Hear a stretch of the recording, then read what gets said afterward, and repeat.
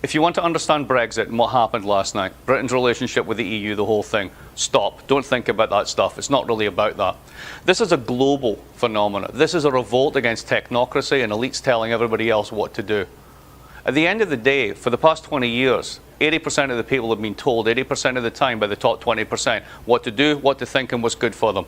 Guess what? They've figured it out. The 20% needs to listen, because if they don't, they're going to find something out. The Hamptons is not a defensible position.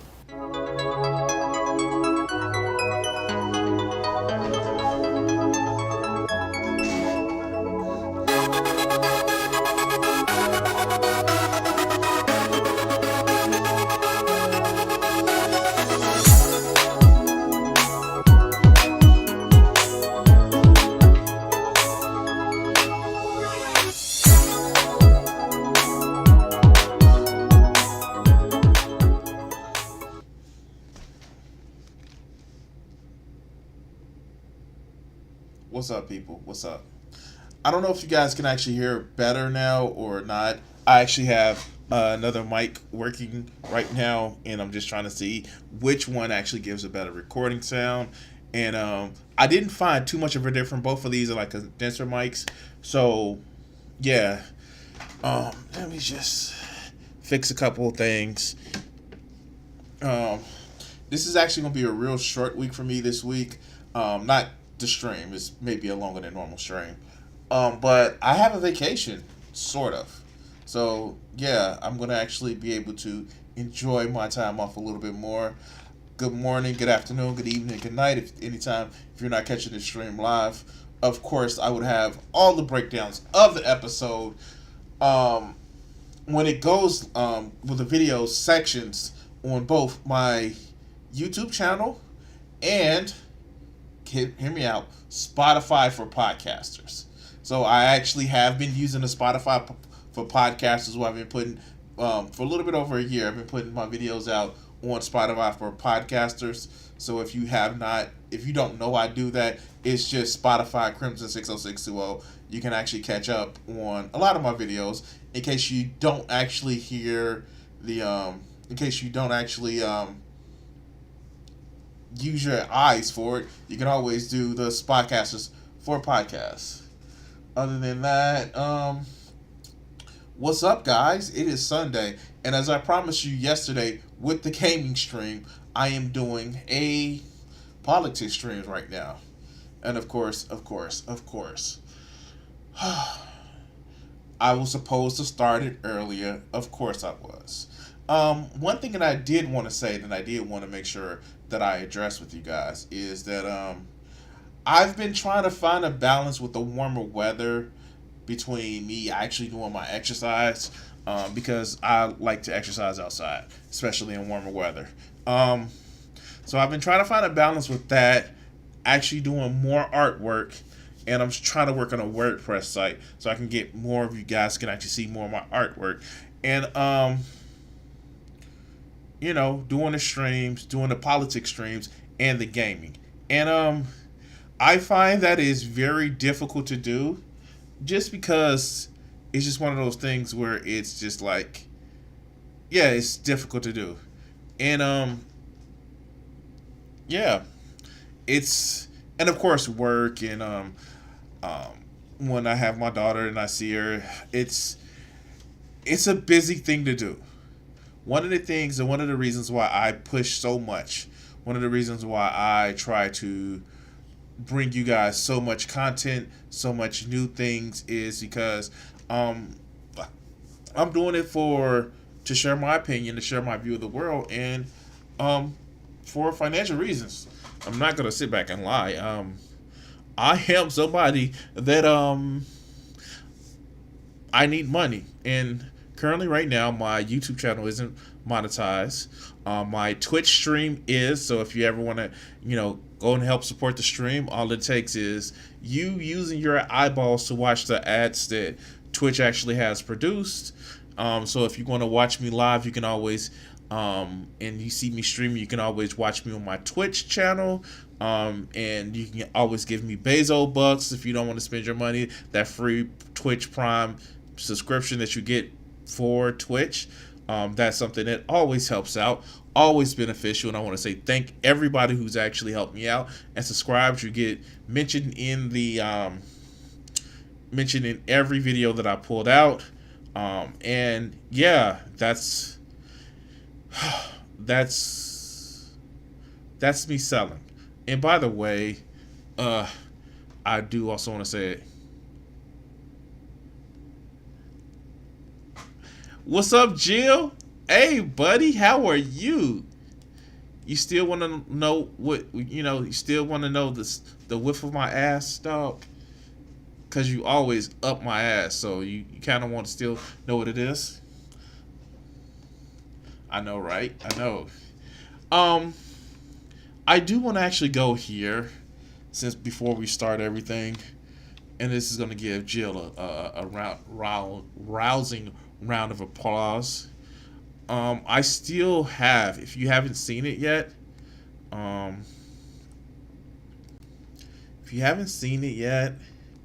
let's go over this.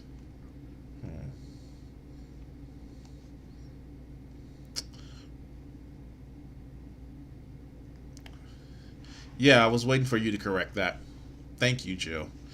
Let's go to transition. If you haven't seen it yet, yes, I am a motherfucking artist. And it's ironic because a lot of people are actually enjoying my art shorts that I put on. So yeah, I do have the original in motherfucking in frames.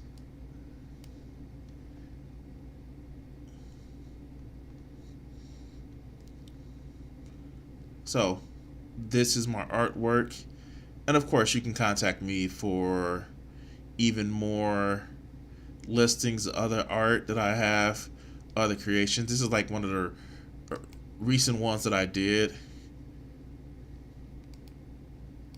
All of these are marker creations.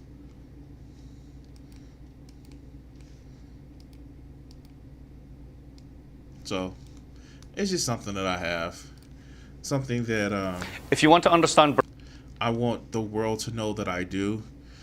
Um, but yeah, let's actually get to let's get to what's going on with this stream today. Let's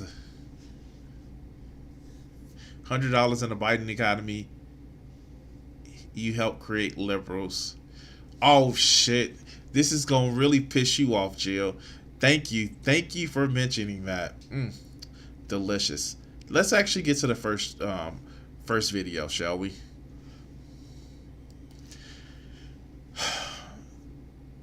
So you guys are no strangers to the fact that I am somebody that is a leftist. Now, where I do think that Marcus' economic vision is actually pretty good and pretty, you know, works really well, I think in a modern economy that Keynesian economics is also a good fit from the Milton Friedman type of economy that we have right now. And so one of those people who I tend to follow is Professor Richard Wolff. Now his takes on what's going on in Ukraine is demonstrably wrong, but that doesn't mean some of his economic takes aren't actually good. And so let's hear him speak with a well established capitalist, Chris Hedge. And let's see what exactly is going on. Let's go.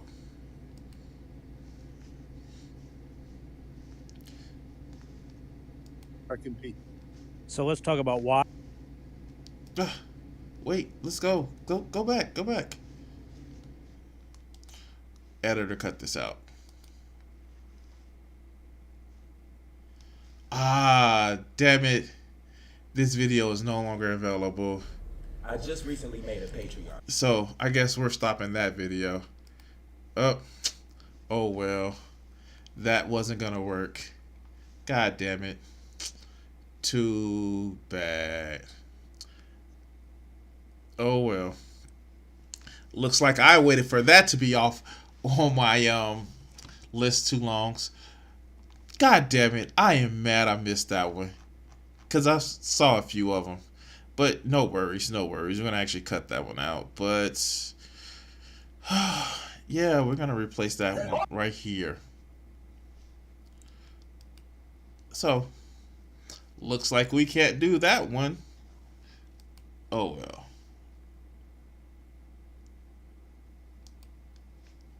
Let's do something else. Ooh, rebuke and reprove, Jill. You should be fined for voting Biden. All the people who have suffered because of you alone.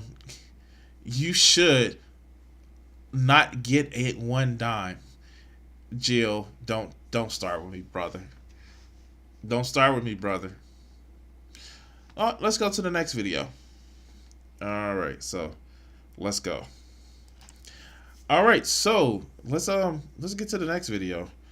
So you know it's delicious when somebody tries to get you for one thing, and well, they may be guilty of something even worse. You know how it is where Republicans, conservatives, actually they accuse you of something when they're doing it themselves. What is the term? Every accusation is an admission. because we know Republicans have been fully verified to do some of the most horrible and horrific things, but then accuse other people of doing it. You want to accuse people of the LGBTQ community as, groomers, but you won't raise the age of marriage. In some states, they don't even have them.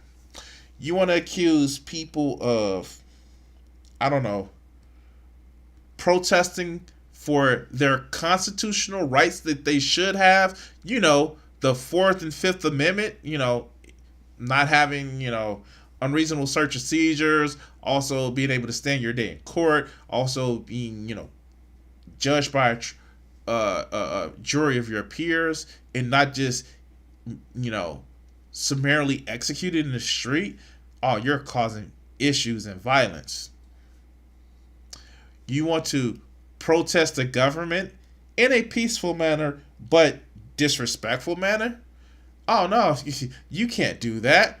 Or, dare I say, representatives actually join you in your protests where they feel that maybe students who don't want to be killed in school because of guns, we got to shut them motherfuckers up and kick them out of Congress. But what happens where motherfuckers throwing around stones while they live in a whole glass house? Let's see. Now with breaking news. This is News Channel 5 at 6. Breaking news. We have just received a letter from him resigning immediately, and we accepted it. All right, thank you. Wait, what? Somebody resigned who's a politician? What did he resign from? Let's see. And with that, House Speaker Cameron Sexton announces the resignation of a member of his Republican leadership team just hours after News Channel 5 investigates. Oh my God. Okay. Of course, he's a member of the master race, It's spelled two black young legislators because they didn't know they placed. And the third Democratic, legislator, she made it. Even she admits that it was a racist thing to do. But expel those out of the Tennessee lawmakers, which, to their credit, they got him out of the House of Representatives for a week before their district, which is in their constitutional power to do, elected a temporary representative. And oh my, what did they elect? They elected temporary representatives that were kicked out, and they have a special election in order to get them, the place filled back. But, that happens, right? But let's hear more. Why is this member of the Republican leadership team resigning? Did his wife get sick? Wait, maybe he was hiking on the Appalachian Trail. No, that wasn't it. What was he doing? Exposed a sexual harassment scandal involving that lawmaker. Hello, everyone. I'm Carrie Sharp. And I'm Vicki Yates. Representative Scotty Campbell was among those who recently voted to expel the Tennessee Three, but it turns out Campbell and the GOP had their own secrets. What? He was doing sexual harassment? What? Oh my God. No. This is not that. No. Because remember, Republicans said that's probably one of the biggest crimes, except for when you're a Republican, because then you sweep it under the rug and pretend like it didn't happen, even though they're found guilty by ethics board. But I'm getting ahead of myself. Phil Williams discovered Campbell had quietly been found guilty of sexually harassing legislative interns, but nothing had happened, Phil. That was the difference. These other three lawmakers, they were loud, but he had quietly been found guilty. That was the difference. So, in other words, because it made the news, now it's a problem. Until today. That's right. We discovered that the East Tennessee Republican had been found guilty in that secret process of sexually harassing the college interns, accused of some extremely vulgar behavior. But Campbell didn't lose his leadership post in the Republican caucus nor his committee seats. Wait. Not only did he been found guilty, not only did he was like, nah, you ain't gonna lose shit. Oh, shut the fuck up. He was part of the architecture to get rid of the Tennessee 3. That's like, what? You got a sex scandal? Or you got a harassment scandal? The fuck? Come on now. We're Republicans. We don't give a fuck about that. But when it came to light and what's up, then it was a problem. Let's go. That all changed within hours after we confronted him this morning. Oh. Campbell, how are you, sir? We wanted to give the East Tennessee Republican a chance to respond to the findings of our latest investigation of Tennessee's Capitol Hill. As I understand. Now, I know I'm a rotund guy. I know that I am not the skinniest motherfuckers in the world, but my man right here is just looking.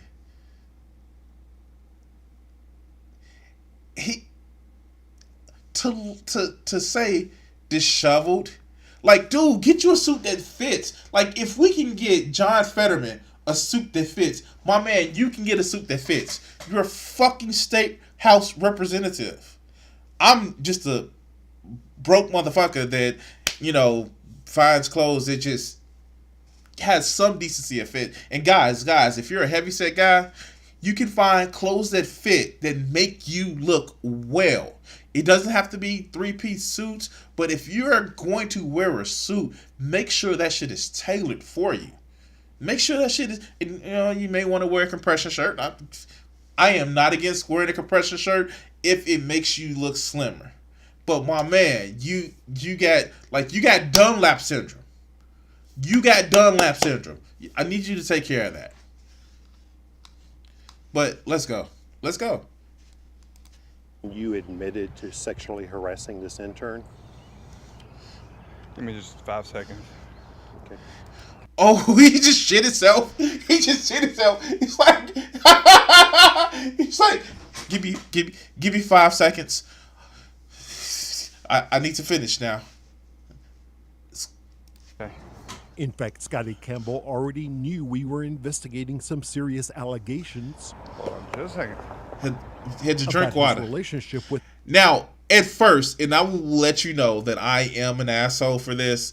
At first, I thought when he pulled out the cup, it had a fucking swastika on it. I am an asshole for that, and this is just my prejudice on these motherfuckers. Don't get me wrong, and then I looked at it, was like, oh yes, no, it's stars, but I will admit to that shit.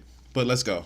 With at least one legislative intern, although he would soon divulge there was a second intern. Which direction do I need to look for your camera? Just look at me. Sure. Campbell is vice chair of the House Republican caucus. See, this shit fits on him. Like, that's a suit that fits. Like, dude, yes, cool. That shit fits on him. That is awesome. That shit fits on him.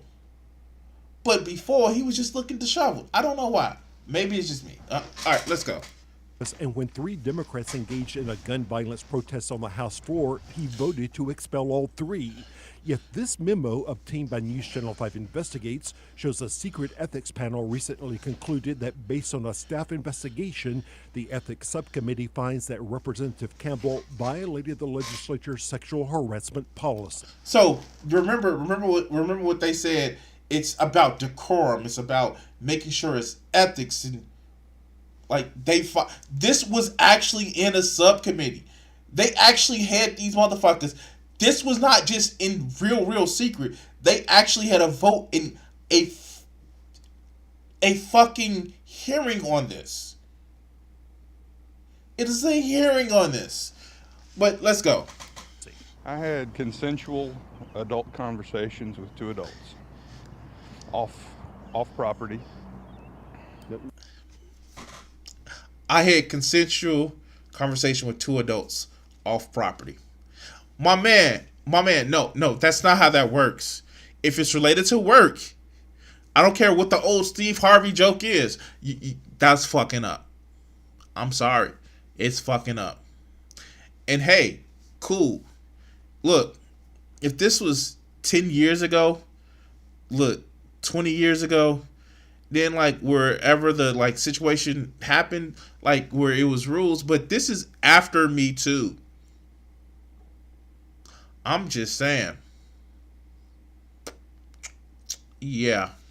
Let's go. One doesn't get written up for consensual conversations. The letter says that you were guilty. Boy, he's about as red as the tie. Boy, he's about as red as the tie. Okay, let's go. You're violating the harassment policy. I think conversations are consensual once that's verbally agreed to. And if I choose Why is he about to cry? To any intern in the future, it will be recorded. One of the that is interesting. If I choose to talk to any intern in the future, it will be recorded. That is very interesting to say. Fuck. Okay, let's go. The interns had an apartment in Capitol Towers, a condo apartment complex next to the Capitol, where Campbell also had a place. The Republican lawmaker allegedly saw her and a 19-year-old intern going into her apartment. According to an account the victim sent to her university, Campbell made comments about how he was in his apartment imagining that we were performing sexual acts on one another, and how it drove him crazy knowing that was happening so close to him. Wait, hold the what? Wait, what? God damn, dude. Okay, now I have a healthy relationship with porn. I watch it, get the job done. Maybe I should actually watch it a little bit more than just like once a week. Masturbation habits aside, but this motherfucker is so infused with porn. See, the people that's, again, every accusation is an admission. The people that say they have poor relationship with porn are these motherfuckers. The party of family values. The reason why they want to make porn illegal for you, people like me, people that don't have an issue with porn, is because they need to have a fucking law. They need to have some magical, mystical fairy godfather in the sky tell them, if you do that, this is wrong. And then they still do the shit. You know, like, obviously. That's what the problem is. Because he just came up with a whole porn scene. And I can come up with a whole porn scene. I'm a fucking artist. I'm a creator. I come up with artistic shit all the time. But this motherfucker literally is saying this to somebody he lives in the same fucking building with and who's a college intern that he has power over. That's a little bit different. But let's go. The woman added, I uncomfortably explained that was not happening, and he insisted that he knew it was and asked me to tell him about it. She continued, I explained that she is my friend, and he proceeded to describe how sexually attractive he finds her, referring to the... Oh, he's a fucking incel. He is a fucking incel. Oh my God. This is incel reply shit right here. This is just incel reply shit. That's it. Like, no, we're not like that. Not on. I know because she's sexy. And that's the weirdest shit. Just because somebody turns you on doesn't entitle you to the right of their affection.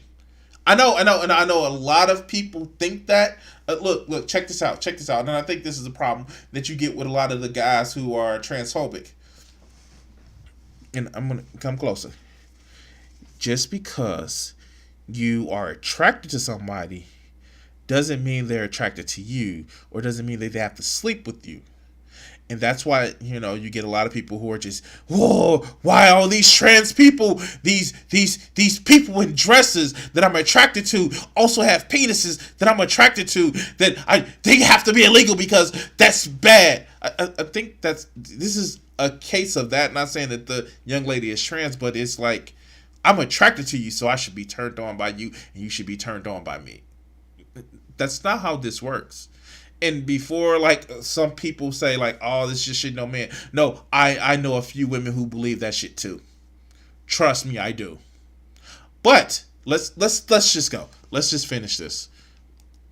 Unlike the finishing that he was trying to do, thinking about those two teenagers. Okay, let's go. 19-year-old intern. You were in your apartment imagining that they were performing sexual acts on one another? That's not true. So she's just making that up? Yes. On another. He looked red to the motherfucker. He looked about the color of those seats right there. All right, let's go. Other occasion, the woman says she went to Campbell's apartment to return a wrench she had borrowed. Quote, he proceeded to ask how many men I've slept with. She recalled, I told him 0, and he insisted I was lying and told me not to. Oh my fucking God. He is really doing the red pill shit. He is doing the red pill shit. Oh my God.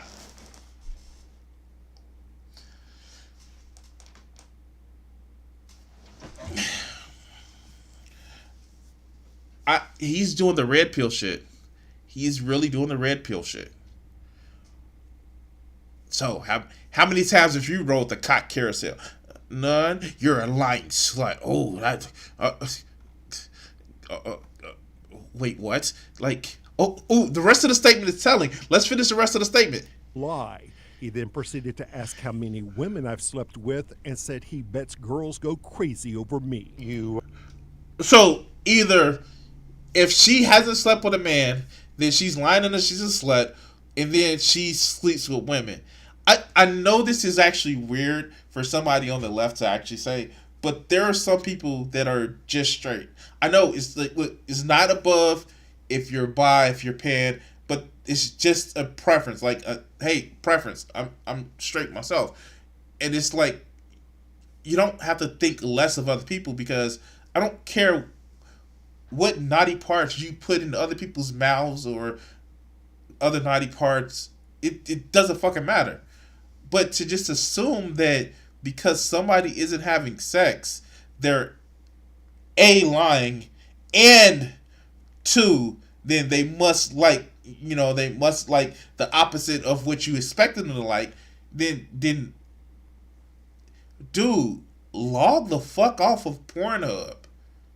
Just log off for about a week. Like,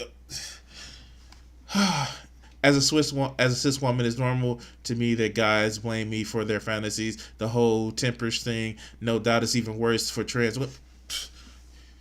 Look, I am fully aware of how so many of these guys feel that, oh no, she's tempting me. How? Existing. Look at her doing all that hot shit over there, like breathing. Oh fuck, who are we kidding? Even if they weren't breathing, some of these guys would still have sex with some women, even if they weren't breathing. But let's continue. Asked her about how many men she had slept with, and then asked about how many women she had slept with? No. So you're saying she's just making all of this up? I'm saying that we had a consensual adult conversation. Then, according to... Wait, what? How does that work? Wait, so no, she's making it up. I'm just saying we had a consensual conversation. Like, did he practice just consensual conversation? Okay, all right, let's go. The woman's account, the Republican leader offered cannabis gummies if she would show him tattoos and piercings on her body. He denies it. Her story, I told him absolutely not, and he begged me for several hugs. She says I was getting progressively more afraid and uncomfortable. He then reached out his hand towards me and grabbed me around my neck. I recoiled and said I felt sick and immediately left. I mean, this is like the prime example of not taking candy from strangers. The fuck? What the? Oh my god. Okay. Oh my god. This is so fucking creepy. This is so fucking creepy. Like, dude, like, yeah, I got some cannabis gummies. You could gummy down on.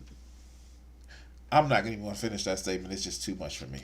But what the fuck? And then he grabs her? What was he expecting to do? Like,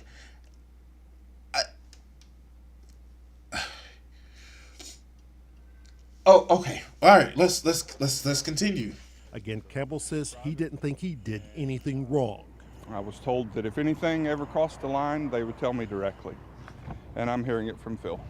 But remember the report from the... She told you no. She told you she was feeling ill. That was crossing the line.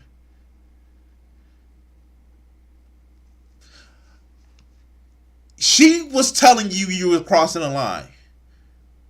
That says something. All right, let's go. Ethics panel finding that Campbell had indeed violated the harassment policy. So are you saying the ethics subcommittee is lying? I'm saying that I did not know that a workplace policy could be enforced when you're not at work. But News Channel 5 Investigates has learned that legislative officials took the complaints against Campbell so seriously. But if you're using it, wow. Okay. Should there be a separation between home and work? Yeah. But you are literally working. This is like, you want to have the respect of being a state representative while you're not in the fucking chamber. And also, these are motherfucking interns that work for you, motherfucker. Let's. You even give up one of the power, or I guess you gave up the power of state representative. Let's go. That they've now spent thousands of dollars to get the intern out of her lease at Capitol Towers, to move her furniture back home, and to put her up in a downtown hotel until her internship is done. As for how Campbell thinks his vote to expel the Tennessee 3... They moved her out because of this shit. You don't move somebody out because of a slight misunderstanding. She was in fear of her motherfucking safety. All right, let's go. He squares with his own behavior. They broke the House rules of decorum. And you broke the House policies regarding sexual harassment. Had a consensual conversation. Wait. I would call it a whataboutism when he was asked about it. But wait. They just broke decorum. It looked bad. But I caused the intern to make sure that she moved out of her house and felt unsafe around me. Oh no, it's just a difference. It's a difference. With adults. And when the adults informed me that we could talk and that there weren't guardrails, I talked to who I thought were my friends. Friends whose definition of friendship appears to be far different from this Republican's idea of what it means to be a friend. Let's see. Representative Campbell resigned about 6 hours after we confronted him with those allegations. Still, there are lots of questions that are not answered. So, in other words, we got a problem, dog. We got hooked up. We got hemmed up by reporters, and they about to leak this shit.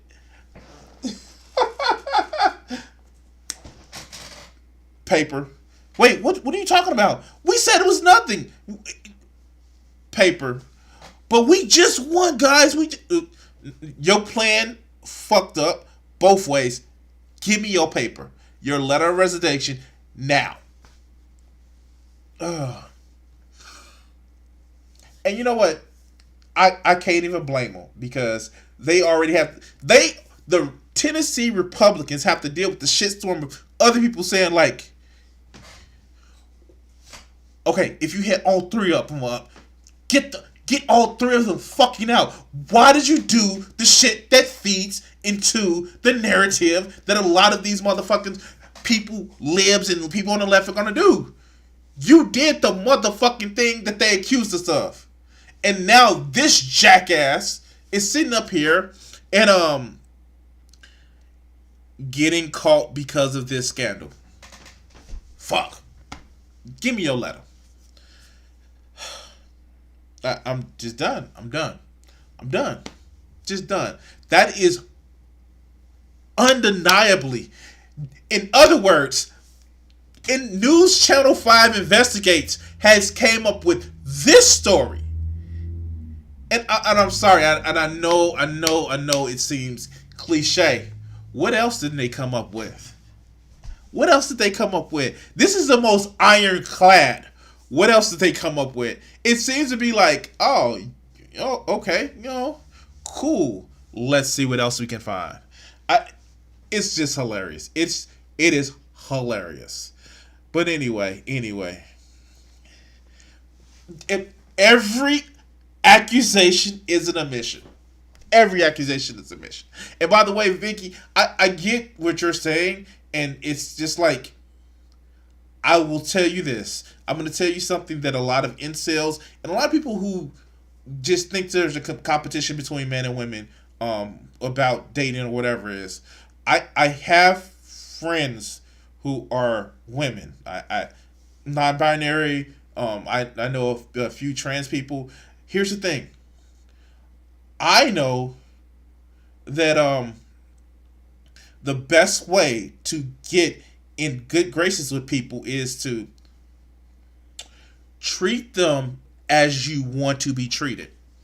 I know it's a shock to a lot of people, but if you treat somebody like a person other than a life support system for your sexual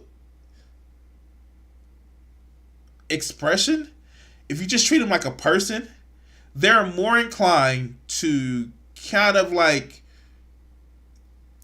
you. They may not want to sleep with you, may not want to, but they might just like you. And like, it just makes no sense to me that you would like, so if somebody's not interested in me, then fuck them, they missed out. I'm the greatest motherfucking thing that they would actually know. I am a unique person, and if they don't want to see me in that way, oh, they just missed out. I check up on them to make sure that they're still breathing and shit like that. But I'm not going to just sit up and like, yeah, let me just grab you. Like, why? I know if somebody grabbed me like that, I'm punching them in their genitalia. I'm sorry. Somebody grabbed me around my neck, I'm punching them in their genitalia. Man, woman, doesn't matter. They're getting it. Because it is not your place to touch me without your permission.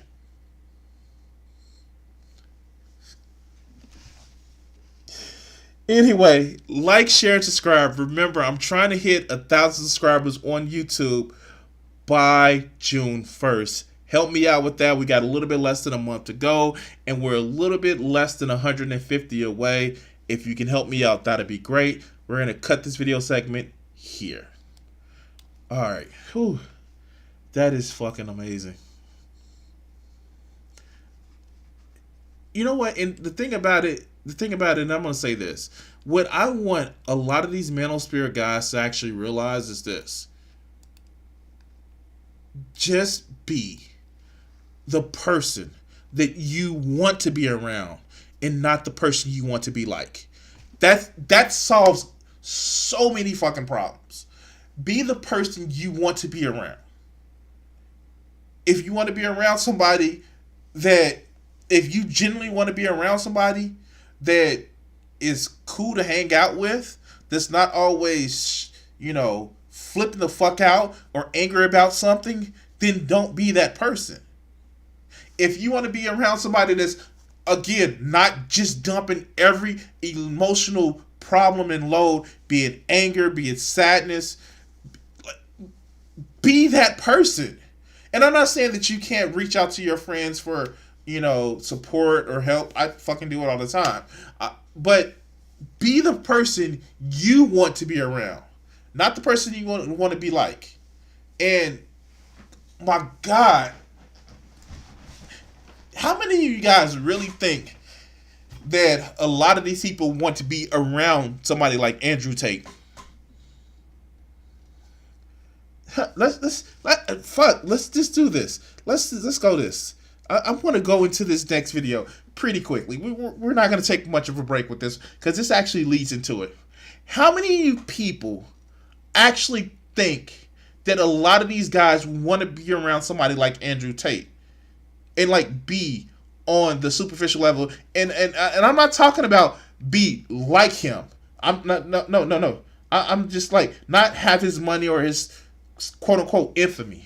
I mean, be like him, talk like he does, or respond to people like he does, and have just like if they would want to be in a position where Andrew Tate will just treat them like he says he treats his girls and his friends. Most of these guys wouldn't. I mean, like, I get it. Aiden Ross sniffs his seat, but that's in a sense of he thinks he can be like him, but he wouldn't want to be on the receiving end of the way Andrew Tate talks about how he treats people. He wouldn't. He definitely wouldn't. And you know what's funny? That's red pill, black pill, all these other good shit. And you find those people don't have friends. They have business associates. They have people that surrounding them that's deal makers, but they don't have friends. I think the one reason why Andrew Tate has anywhere near some of the sanities and not just flippant paranoia that he has, because he has Tristan around him.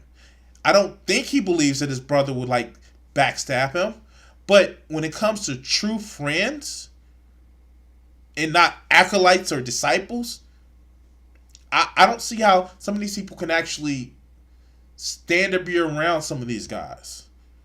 I don't. And I'm a motherfucking somebody who is, you know, I can be pessimistic at times. I can be optimistic at times. I can look at the world and just be frustrated out of my mind. I can fucking say I hate people because I work for a call center job and this is year 13 and year number 20 of customer service. And sometimes I hate people and I sit back and laugh about it. But in the end, I still can have conversations outside of the people when we talk about interesting things. And you know what I do also? And this is also kind of self-serving, but I tell my friends that I can find out about them. I can hear about their day. I can hear about what they think. And it's self-satisfying to me because I get to hear a story from another person. And that's one of the most, to be honest, that's one of the most rewarding things for me. Somebody to tell me their stories. And not everybody is like that, but at least I have friends. I have people that want to have a conversation with me. But a lot of these red pill and black pill guys, they don't. And this is an example of one of them. And yeah, I was doing a setup for a video. This is our old friend Wheat Waffles. And he's about to tell his most brutal black pilling story. Let's see what he's going to say. The story I'm about to tell you is a 100% real and honest experience taken from my own life. Unless video cameras were there, dog, I believe that this may be filtered, maybe colored. Colored is a bad word. Maybe kind of like biased to your opinion. But let's go. I've not made this up, and everything in this video comes from what I've witnessed and my own observations. And just in case you were wondering, no, nor have I twisted any of this to align with some sort of belief system that I hold. Guys, I'm going to be very honest with you. I'm telling you the 100% truth, and I'm in no way coloring this by my belief system. Trust me, because reasons. Trust me, because reasons. Even though we know the human mind, when we look back on things, it becomes distorted every time we remember it because we remember it differently. But trust me, for real, totes for real honest. This isn't covered by my belief system. And irrespective of this, by the end of the video, it should be clear that I have no reason to lie. There is no incentive for me to make any of this up. Put simply, except for I'm using it for my YouTube channel, and I have what does he have? Like he has like Yeah, 132K subscribers that he feeds. Like, that's the thing about the black pill and red pill. They feed men's despair.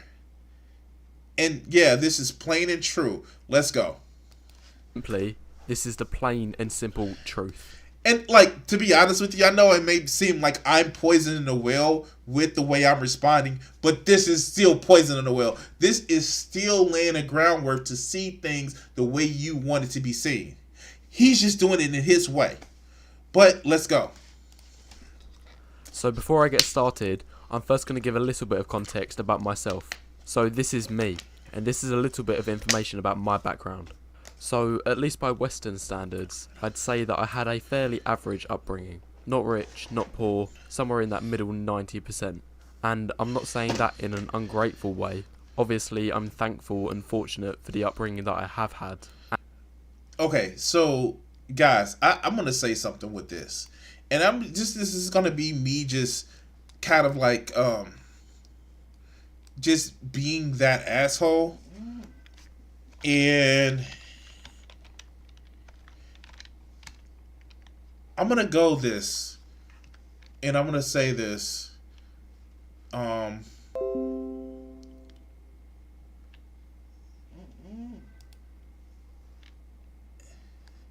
If you make getting laid your goal in life, I'm going to say this.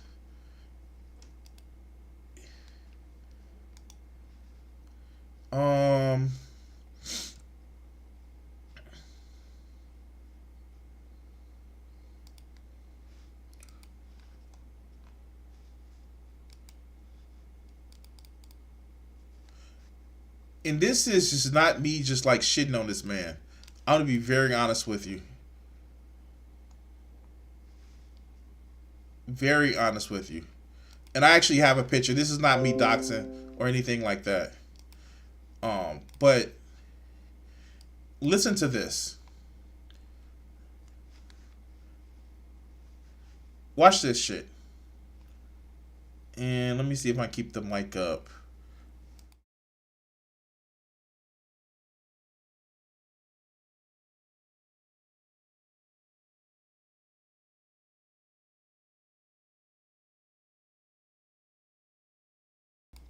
This is how Wheat Waffle looks. This is how he looks. I'm sorry. I'm sorry. I'm sorry, guys. I don't see anything wrong with them.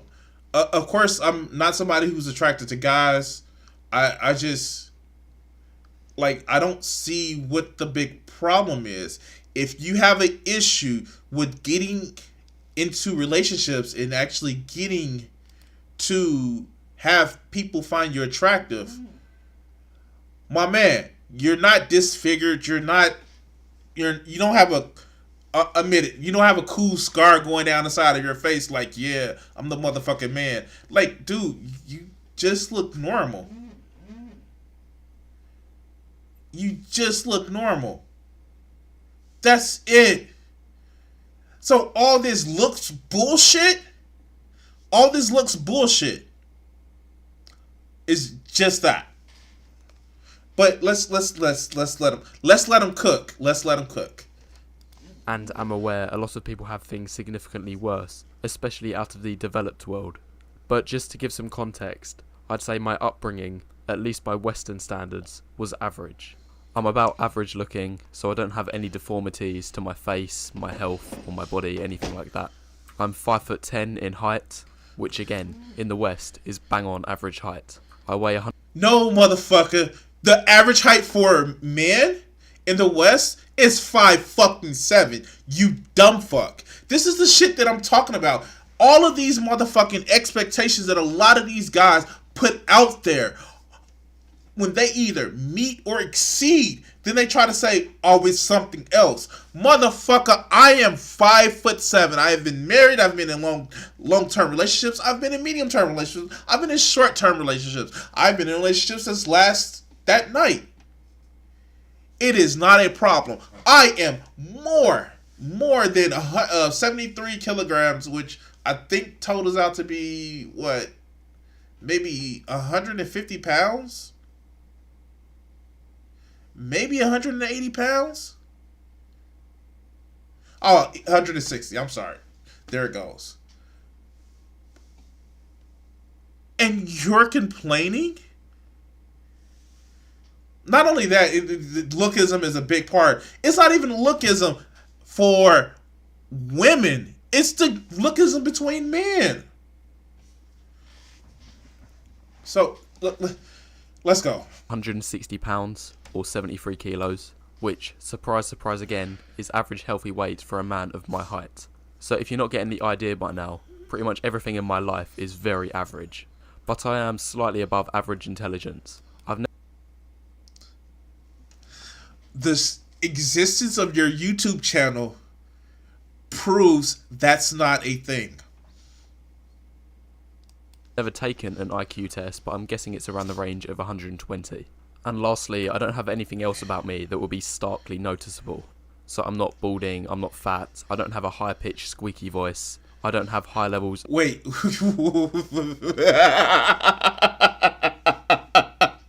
He doesn't have an irritating voice. Okay, alright, I'm sorry. Fuck. Not only that, because like I maybe because I have to change the pitch of my voice depending on what I'm doing. So if I'm at work and I'm talking to somebody over the phone as a call center agent, I have to talk like this. Or because like I'm on streaming and I don't give a fuck, I just talk any kind of way I want to. You know, code switching. And if you don't know what code switching is, get you a real black friend and see how they talk to you in the beginning versus the end. But let's go. Of social anxiety, any mental illnesses, and so on and so forth. You have crippling depression. You have crippling loneliness. That is a mental issue. Oh my God. And which is so many people suffer from. Don't get me wrong. Don't get me wrong. If you believe that your life is sealed the way you look, that's not healthy, dog. But let's continue. So pretty much, to sum up myself, to sum up my background, I can sum it up in just these 4 words. And I know it's cliche to say, but I'm going to say it anyway. I'm pretty much just your average guy. And as stated earlier, I fall into that 90% of guys, the middle 90%, where the vast majority of the male population resides. So that's me. Now introducing another character. And this person is called Bella, which you should have probably guessed isn't her actual name. But for this video, and for the sake of the story, we're just going to refer to her from now on as Bella. So here's a really quick few points about her. So first of all, like me... Are we gonna make the... Maybe because he's super intelligent. Maybe because he's like really, really smart. Bella is the French for beauty or beautiful girl.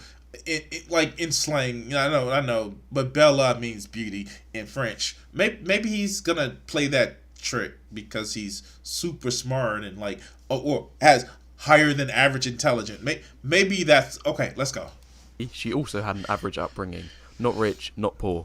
In terms of her looks, because I know a lot of people see that as important, she too was about average. And if you... I'm sorry. What gets me about... Okay. In lack of better words, I like symmetry. Symmetry when it comes to women. The face, okay, yeah, as long, like, even... I have little standards for facial beauty because, it doesn't fucking matter. There are women that I've actually dated that may not be considered conventionally beautiful. Ironically, I enjoy big memory. I like big titties. I'm not gonna lie. And shapely titties are just awesome to me. But when it comes to like, she needs to look like a supermodel. No, some of those women just don't find attractive. Like, yep. Thank you for the correction. But like when it comes to having an ass, I like shape versus just like badonkadonk. But my standards for female attractiveness is passable. But what really gets me is, how do they relate to me? Are they, or can we joke about the same shit? Can we like talk about like sexual conversations when the time is right? Can we talk about politics, opposing or non-opposing? Can we have a conversation about philosophy, which includes religion? That's what matters to me. But her average upbringing, her average looking, like, this looks stupid. This sounds stupid. Okay, let's go. You want to put numbers on it, I would say she's about a 6 out of 10. I'd say most men would look at her and think, yeah, she's kind of cute, so they can see a good degree of physical attraction in her. Personality-wise, very good. She had a very good personality, great to talk to, very interesting, had a lot of depth to her, and was comfortable with talking about meaningful and intelligent topics. Okay. And I'm going to bring up the cliche phrase again. With respect to her relationship with me, she'd be the girl that I would say, oh, we would just be great together. Wouldn't we make such a good couple? That's what I thought in my idealistic... Wait, whoa. We've awful talks about the studies, and yet he seems to know very little about studies. He cites, other than the odd chart he cherry picks. Yeah, I know, of course. He's great with Tinder studies, or that one Tinder study, but I want to rewind it back a little bit right here. Let's see what he says again. And I'm going to bring up the cliche phrase again. With respect to her relationship with me, she'd be the girl that I would say, oh, we would just be great together. Wouldn't we make such a good couple? That's what I thought in my idealistic dream world. But of course... What did she think of you? Wait, what did she think of you? Oh my God, he's coming up with an idealistic dream world. Wait, what does she think of you, dog? You're right there. What does she think of you? Not what you just thought of her. What does she think of you? Okay. Of course, that's not what happened. So to cut it plain and simple, she friend-zoned me. Well, technically. And what I mean by this is that I never directly asked her out, or showed that I was attracted to her. However, she made it very clear from the beginning that it was only ever going to be friendship between us. Nobody friend zones you. I'm sorry. Look, check it out. Nobody friend zones you. I know I'm just gonna have to say it like this. I'm gonna actually say it like this. Nobody friend zones you. Wanna know why? Because you have an opportunity to say, hey, if I don't see this as a romantic relationship, this is the reason why I'm getting close to you, because I find it interesting to be in a romantic relationship with you, and you don't. Cool. Well, you're just gonna end our friendship over the fact that I don't want to be in a romantic relationship? Yes. But like, no, I'm doing this because that's what I want. I am openly and honestly upfront saying, hey, this is what I want. But I thought I was like, well, you're a fun person to be around, but I'm not going to sit back and have an expectation of something, or continue to have an expectation of something, and it's not what we're going to get. And it's not an ultimatum. It's not somebody saying, well, you better date me or else our friendship is over. It's a, hey, for my mental health, I'm not going to put you in that position. Now, granted, a lot of these guys, a lot of these people, and I'm going to be very honest with you, won't do good things for people unless they have a fucking expectation of sleeping with other people. And that's also part of the problem. You should be kind to people regardless of what you get from them, but actually being close and spending time with somebody that you are attracted to in not just a physical way, but an emotional and in you know, a romantic way. No, you don't have to do that. And no, you don't have to put your eggs all in that basket. And I'm sorry, no one can friend zone you. If you're spending all this time with somebody in hopes one day they're going to see me as a great person to actually date, you're doing that to yourself. There are plenty other options out there. Hey, if you still care about that person, you still want to do kind things for that person, notice I didn't say nice, but if you want to do kind things for that person, cool. But do it with the expectation that you're never going to get anything from it, even if that's companionship. You're never going to get companionship. You're just doing it because you're doing it out of the kindness of your heart, not because of what they will give to you. And so, with that, you can never be in the friend zone. And I'm not even going to say this as, oh, it's a trick to... Like, no. After someone has made their declaration that this will never be that relationship that you want, continue to be kind to them. But you do not have to focus yourself around them. You don't. Put that effort into pursuing someone else. But if you keep getting these friend zone, then it's something that you may be doing wrong. But that's a conversation for a different time. Let's continue. Us. And she made that clear by saying things like, I just don't see you that way. You know the kind of phrases, I see you as a brother to me. So I describe it very much as a friend zoning. So after without even with that diatribe, I am somebody who is a demisexual and a sapiosexual. Being emotionally close to people actually turns me on. Being close to people actually turns me on. It makes me want to be with them. But I know when not to put my energy into that shit. But that's just me again ranting. Let's go. For this, I basically became her psychiatrist. Or soy boy, if you want to be brutally honest. So whenever she had a problem, I fixed it. I was always there for her, to help her with any issues she had, whether they be about her family, her work, her school, whatever. And you could probably guess, yes, whenever she had a problem with any other guys.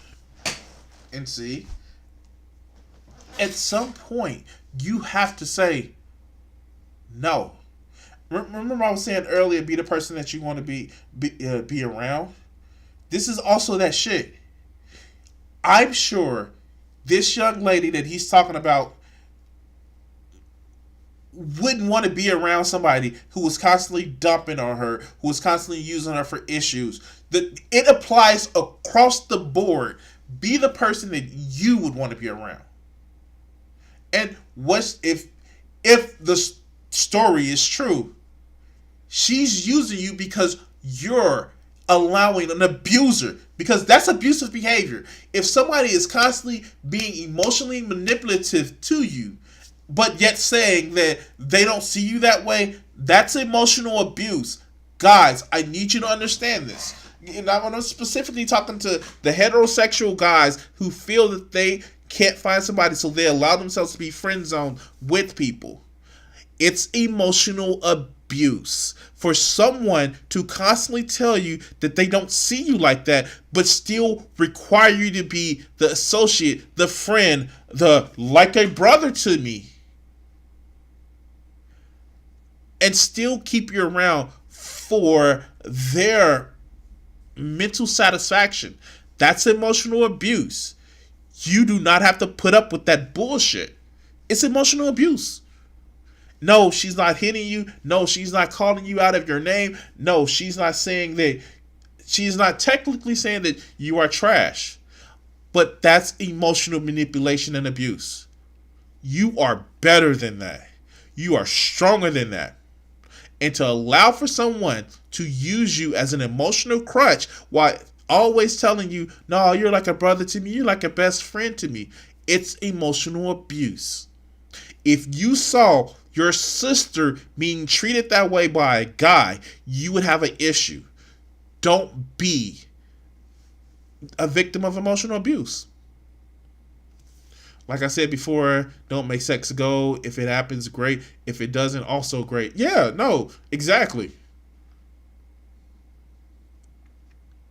I have, and I'm not even gonna say I'm far from it. There are women who I have been in relationships with where technically we haven't been in a relationship. We have physical intimacy. I'm not saying sex, but we've had physical intimacy. But they use me as a way of relieving themselves from the stress and pain that they've actually dealt with. And in some cases, I was okay. I know what this is. Some cases they tried to trick me. No, I'm not above saying that it wasn't emotionally abusive. Sometimes we would use each other as each other's crush. It was a reciprocal relationship, and we knew what it was. We were there for each other when shit was bad. I wouldn't say that was emotional abusive, but at least we were upfront and honest about what it truly was. But if somebody is constantly demanding, requiring, pleading with you to provide them emotional work, physical work of intimacy with saying that you don't deserve that intimacy, even though they're requiring intimacy from you, it's emotional abuse. But let's continue. Who she was interested in, then I would be the one to help her through that. I'd be the guy she'd come to discuss her boy problems. So that's her, and that's her relationship with me. As I say, very much a friend zone situation. But at the same time, I was still hopeful that all of this waiting around would be able to achieve something. And in the long run, maybe she would change her mind. But women are not fucking sex arcades. You put kindness tokens into them and eventually get sex. They're not the grab a claw. They're not a motherfucking pachinko machine. They are not, I'm going to put niceness token. Da-da-da-da. We have sex. No, that's not how that works. That's not how that works at all. Now, am I saying that, again, going back to my past relationships, am I saying that I haven't been kind to women? And I know they're going through some stuff. I'm going through some stuff. And maybe something has happened. But it wasn't me putting kindness tokens into a woman and actually getting something in return. It was like, no, we have a mutual understanding of what's going on. And maybe we knew both what was going on and we were okay with it. But it wasn't a one-sided situation. But let's go. Anyway, let's get on with the story. So the story starts with me. Oh my God! That wasn't the story. That was just 4 minutes of preamble. 4 minutes of preamble. Oh my God. Okay. Let's go. In his car.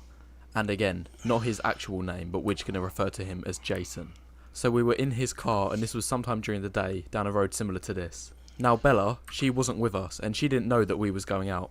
In fact, she didn't know who Jason was. Well, I hate to say it like that. She didn't know that we were going out. Okay, let's go. She knew who he was. I'd told her about him and shown her pictures. So she didn't know him, but she knew of him. Anyway, this story takes place over the messaging app Snapchat, and I send a picture message to Bella so she can see that I'm in the passenger seat of somebody else's car. And by the way, I'm just going to explain why it's relevant that it took place over Snapchat. So if you've not heard of Snapchat before, it's basically a normal messaging app. But the only difference... Yes. No one's ever heard of Snapchat. And they also never seen what a computer is. Or TV. I'm being an asshole. Let's go. Difference is that every single time you send a text, you also send a picture. And the picture you send is usually going to be of yourself, your face, and the emotion expressed kind of explains the message being sent. So this message, you won't believe what happened, might come with some kind of shocked or startled look on your face. Or if you're annoyed with someone, this might come with some frustrated look on your face. Or lastly, if you're angry with someone, then quite obviously you're going to be visibly filled with rage. So that's basically how Snapchat works. Don't ask me why it works like this, but pretty much all you need to know is that every... No, it doesn't have to work like that. You're just doing it because that's what you can easily use Facebook Messenger. You can easily use WhatsApp. You can even easily use Twitter's motherfucking Messenger app. Okay. Wow. Okay, let's go. Every single time you send a text, you also send a picture. Anyway, carrying on with the story. So after Bella sees that I'm in somebody else's... And you know what? No, actually, what happens is this. You send a picture that you can put text on. That's what it is. But, all right, let's go. car, she replies back asking where I am and who I'm with. Wait, why did he have to use that picture? Okay. In a friendly way, obviously, not stalkerish. And the important thing to note is that every single time she sends me a snap, is that she never cared about the quality. She wouldn't mind if she sent a blurry or poorly taken pic from a bad angle. She wouldn't care because she knew it was me and she saw me as a friend. She would take the picture just once and then send it from there. So remember this piece of information. Anyway, after this, I reply back to her and send her nothing else but just a picture of my friend Jason. No text, no captions, just a picture of his face. This was her response. She replies back and says that she hopes that we're having a fun time. Now,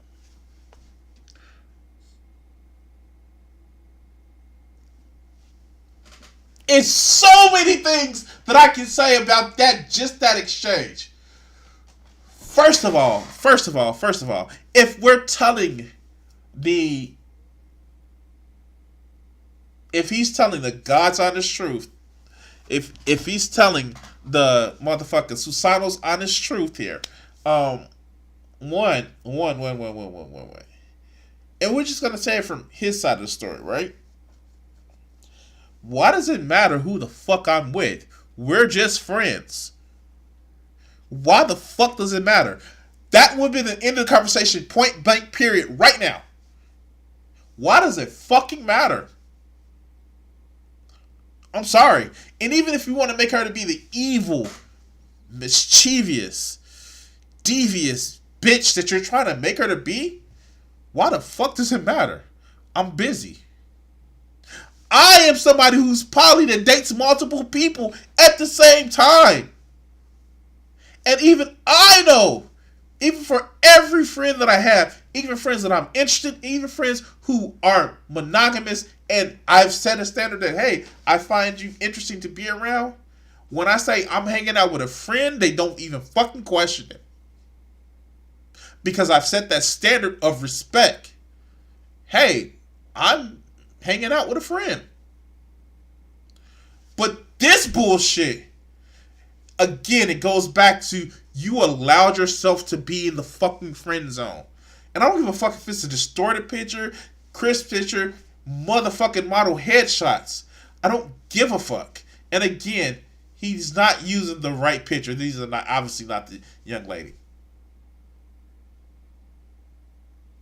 But just on his bias alone, this is where he's fucking up.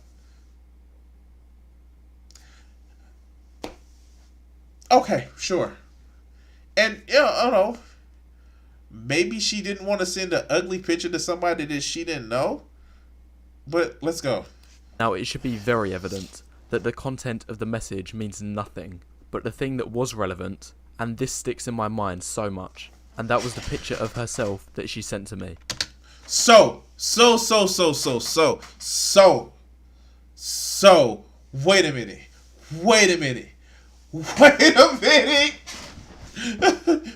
I thought he said this wasn't this was unbiased. I thought he said this wasn't biased by how he looks at the world. This is clearly what sticks in my mind is his phrasing. That is clearly a bias. Oh God. Okay. Weak Waffles could have been mad because he was in a friend zone with his friend Jason. Oh God. You know what? Technically, I think a lot of these red pill guys don't like women. They just feel that they have to like women. And it's been said, of course, with anecdotal stories that some of these guys may not be 100% straight or 100% cis. But let's go.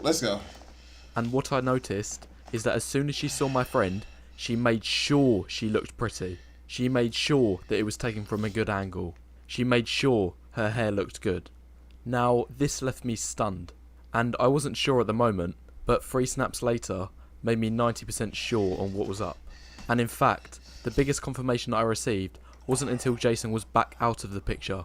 It wasn't until she saw that I was back home, and it was just me on my own. That's when the same old pictures that she used to send came through.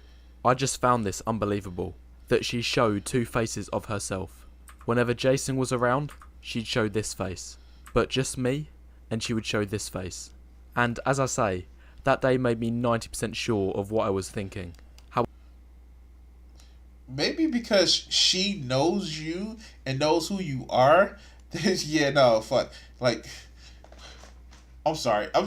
I don't, like, what does that mean, dude? What the fuck does that mean? Maybe she doesn't want to seem just like, oh my God, I'm about to get myself in so much trouble. I have had women come to, ever since I've lived alone, I have women come over to my house and they just let it all out. They just come over and they just chill and shit. And like, they walk around naked. I know. And okay. And I know when people say that, when I say this, people think like, oh, you think you got it like that? Like, no. Like, look. And I say this to a lot of people. Now I will tell you this. For somebody, and especially the standards that we have for women, to walk around your house naked, letting it all hang out. And mind you, I like women that have big breasts. It's big breasts on a naked woman isn't as appealing as a lot of people think it is when they have huge breasts. But when somebody is just walking around your house, letting it all hang out, and are comfortable with you to show you who they are defenseless, that's actually a good thing. Now, maybe she was using it over him as a way of manipulation or something like that, but when somebody's just showing you who they are and not putting on a facade, in a lot of cases, that's a good thing. All right, let's go. However, things only confirmed even more what I thought in the coming days. Because it doesn't just stop here. After this day, all of a sudden, she starts arranging to meet up more often. Us as a free, of course. And whenever we went out, she would like to tag along with us. And you could have imagined how these times went down. And next one, this is a big one. She started dressing up every time we went out together. I think Wild Bill may be correct. Fuck! Okay, alright, let's go. So before, when it was just me and her, if I went round her house, she wouldn't really care. She'd wake up in pyjamas, and she'd stay in them for the time I was round. But as soon as he was in the picture... Wait, did she wash her ass? Wait. A question. Did she wash her ass? Did she wash her ass? Like, if she got up, put on clothes, and was in pajamas, but she was clean... Dude, she was showing you some respect. She was showing how easy she was around. This is why I think that he's not 100% completely honest about this shit. I've been around women who like found me mildly attractive or found something appealing about me, and they would walk around with pajamas and shit like that. Because we all know pajamas cover up everything, and like, you know, a woman walking around with you who was, you know, cis and heterosexual with you that walking around without a bra and slightly revealed in pajama clothes, we know that's a sign that she just doesn't respect you or doesn't want to be around you or doesn't trust you. We all know that's a thing, right? She thought the wheat waffles was not straight. We're getting to that probably, maybe. But because when she went out, she dressed up. She showed. This is why I doubt the virility of this story, the veracity of this story, because it's weird. She thought you were a friend, but she's walking around in pajamas around you. I don't know too many women who they think that I find her attractive walks around in pajamas around me. I don't know, like, and to be honest with you guys, I probably said this story on stream before. I'm somebody who women don't mind getting intoxicated around or drunk around or being in a position where they may feel a little compromised. I'm somebody who they don't mind being in a compromised position around because they feel relaxed around me. I don't, and I'm not even talking about women that I'm sleeping with, but I don't feel like I'm a creep. And as much as I like titties, I talk about titties, I draw titties and shit like that, and I'm a sexual person. That's if a woman is doing that, and again, I know this is like super heavily cis straight shit. They're not seeing you as a creep. They don't see you as ugly. They see you as somebody who you want to be around.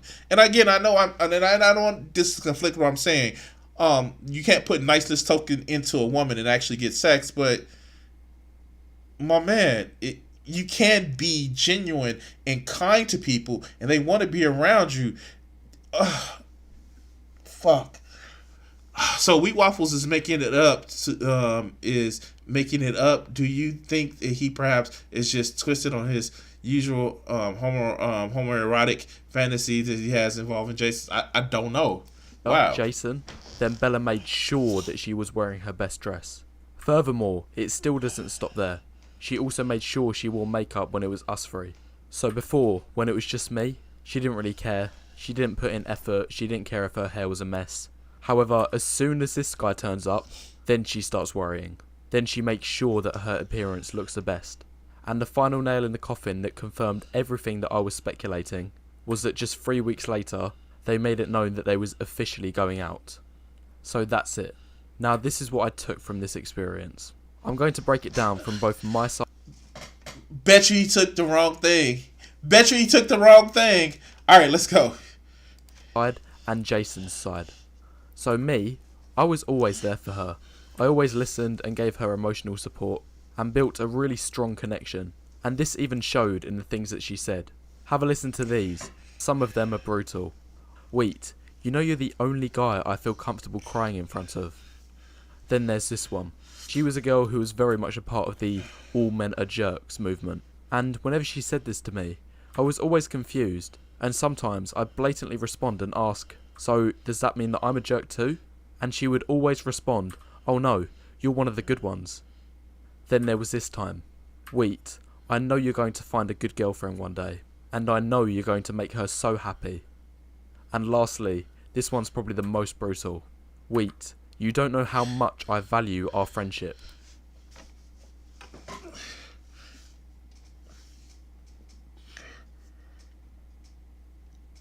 Oh my god! Oh my god! Oh my god! No! No! Fuck!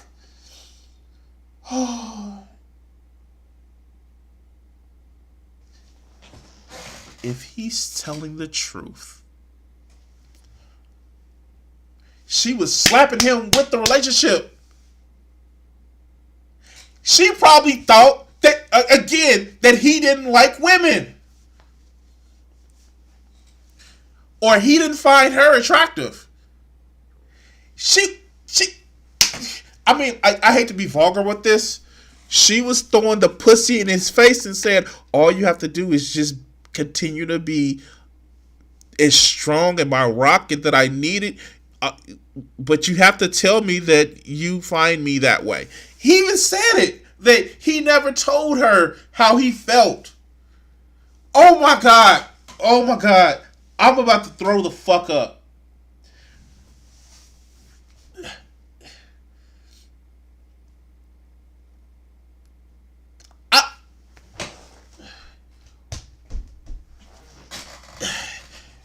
Get some women friends that you don't want to just outright sleep with. You fucking idiot! Oh my God! Oh my God! You know what would be worse? You know what would be worse? I'm going to tell you this. If she would spend time with him and they used to snuggle up or some shit like that. That would even be worse. Fuck. This is. Oh. Wow. He's a fucking idiot. He is a fucking idiot. Oh my God. Because she wasn't saying, you're the hottest thing ever, ever, ever, ever. You're the fucking hottest thing I know. You don't get it. Oh my God. Oh my God. Oh. Oh. Oh. Wait. Oh, oh God. He doesn't get it.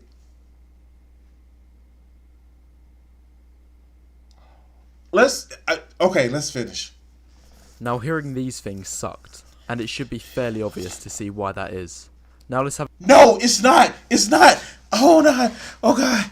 It may be because she would notice he was constantly writing spreadsheets, rating male faces every day. She thought he was not straight.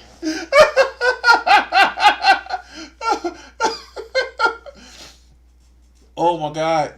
This motherfucker has no social awareness at all. He doesn't realize exactly what she was spelling out to him. Okay, let's go. Have a look at Jason's side. Now, I always noticed that he never had any issues with girls. For him, building attraction was almost effortless. He made it look easy. He's 6'2", has an attractive face and body. And pretty much to summarise everything that I've learnt from this, to summarise the whole story, is that this means everything.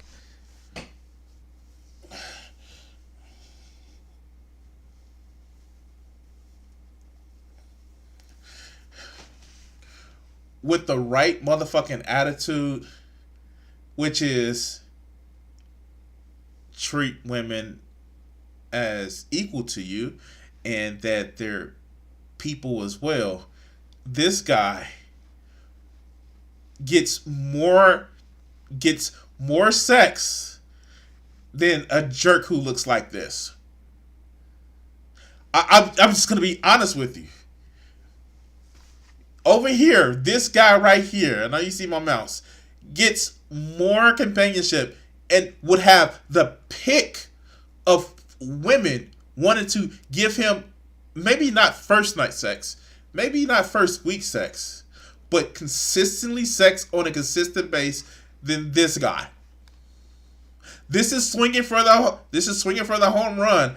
This is getting on base consistently. Every rep. Okay, wow, let's go. And this means absolutely nothing. This taught me that 2 seconds of seeing someone's face beats 2 months of emotional support and blood, sweat and tears. Wait, 2 months? 2 fucking months? Oh shit! If you're doing that for 2 months, she is in love with you. She's in love with you. And this is not some red pill, black pill trick. If you're emotionally being around you, a woman, and she is literally being her most genuine self around you for months, she's in love with you, dog. I know, it seems weird. She's in love with you.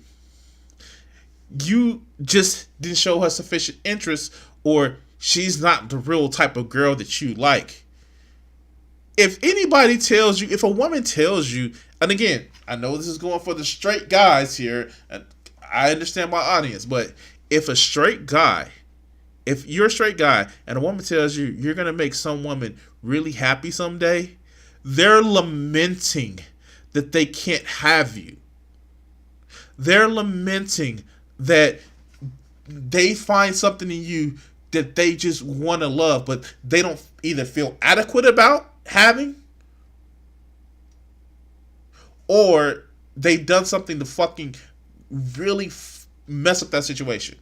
You know, I was told by my ex-wife while she was pissed about me, while she was being unfaithful, it was like, I'm upset that when we actually split up, you're gonna make some woman a great man, be a great man to some woman. Literally. If a woman tells you that as a straight guy, that means she feels inadequate in some kind of way, or she's broken that relationship.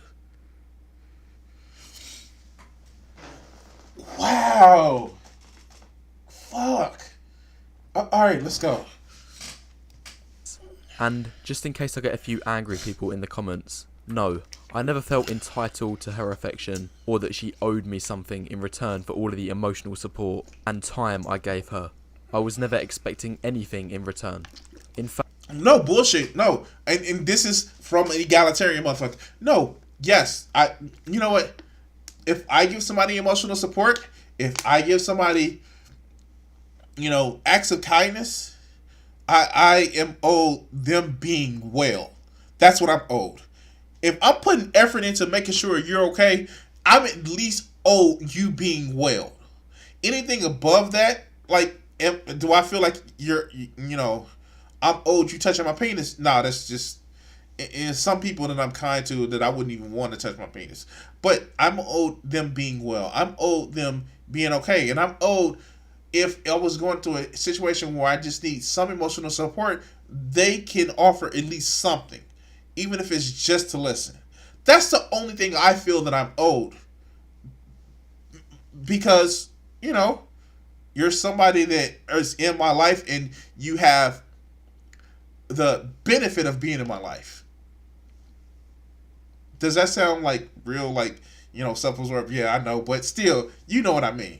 I only keep people around in my life that I feel that that's what they would give me in return. Again, treat people as you would want them to treat you. fact, the way I would put it is that I just wanted her to come to some kind of realization that I was the one here all along for her. I wasn't one of the jerks. Did you tell her? Did you tell her? Did you tell her? Oh, no, I don't have to be careful. Wheat waffles is not my type. And I would kindly decline him. Not only just because he has a penis, because I like vag too much. I really like vag too much. But his mental stability is just not my thing. And I was the one who showed that I cared for her. And I'm not giving any disrespect to Jason either. I'm not saying that he was a jerk. I'm not saying that he didn't care or he didn't treat her right. He wasn't a jerk. He was my friend. But he did teach me that you can do all of these things, and it won't do anything in terms of building romantic attraction. I'm going to spell it out for you guys. You never do it to build romantic attraction. That's what you didn't learn. That's what you didn't learn. Ugh. Looks is everything. Looks is everything when it comes to attraction. If you're a guy and you find that girls do not like you, it is because of your looks. And when I'm talking about your looks, I'm not talking about what colour shoes you're wearing or whether you swish your hair to the left or to the right. I'm talking about sub 5. Short, ugly face, bald, fat, inches, which everyone can guess what that means, vulnerable or old, ethnicity. Short. Let's give a rule to everybody. Short, Danny DeVito. I'm saying, Danny DeVito. He's like, what, 4'2"? I'm sorry. And he's always dated women. Even before he was married and he had that long-lasting marriage. A ugly face.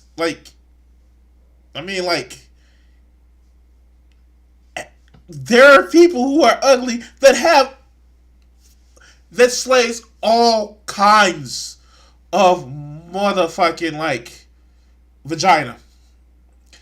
Bald. Again, Danny DeVito. Or any number of different people that are fucking bald that still have, they have personalities. Fat. Hello. The Notorious Big still kind of had a lot of women before he got rich and famous. Inches. Well, I don't know, because I'm pushing the average size of a penis, maybe be the higher end of average. But again, how do they know that? Do they look through your clothes? When you first meet a woman, do you go like, bit of a grower, not a shower? The fuck? Okay. Vulnerable or old. George Clooney, he's old as shit. There are people who would actually fuck who was that motherfucker? Sean Connery. There are people who will be fucking Sean Connery.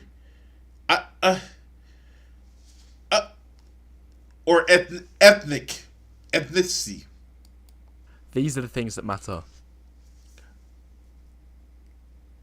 So the one thing that, like, quote unquote, the prejudice that white guys tend to go against, like, the fuck, there is, like, not go against, but be weak in, like, there is a tendency to say that black guys have larger than average penises.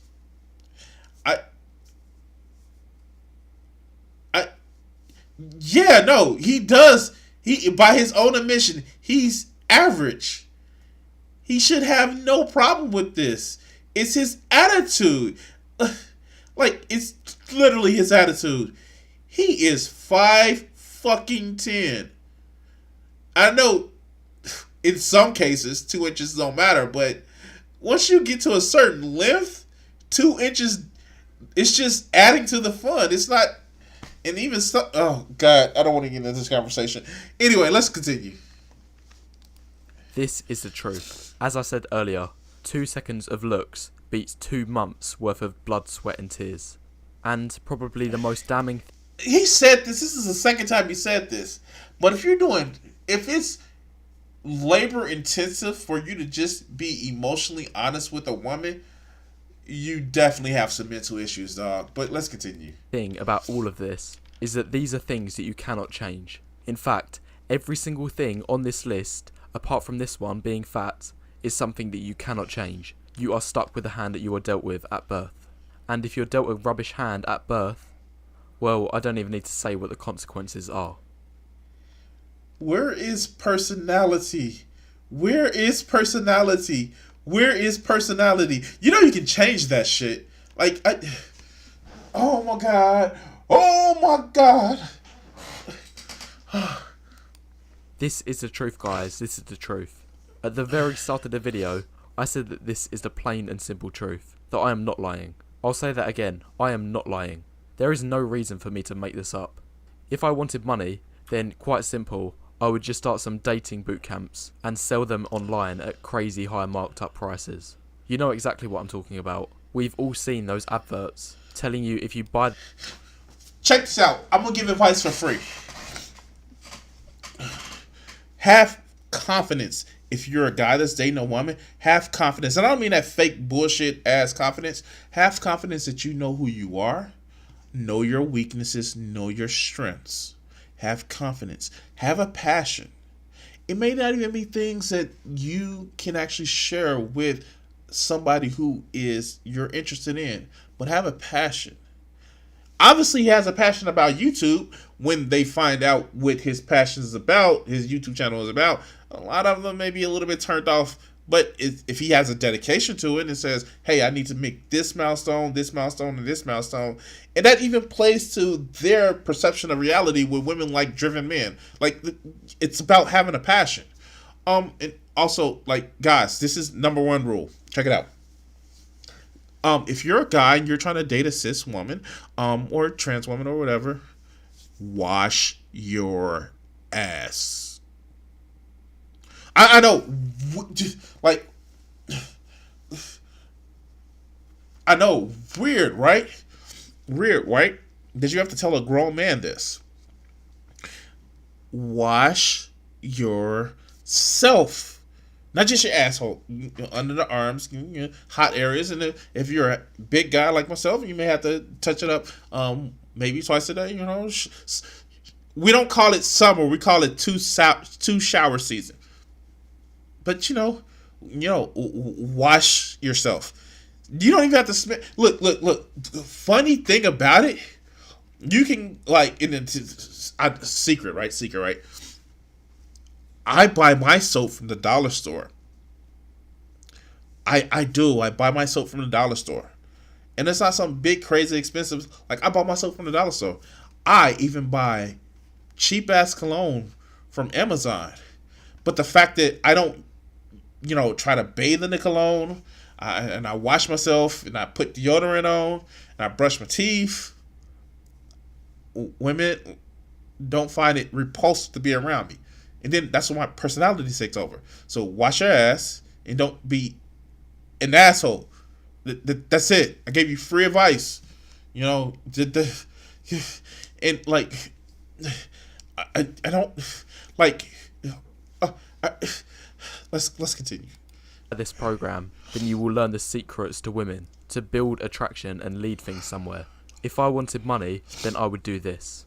And in fact, if you look at the biggest media outlets, if you look at where the big money is, then you'll find that these teach the opposite of this, the opposite of the truth. It's quite telling that he used Beauty and the Beast. It's so telling that he used Beauty and the Beast.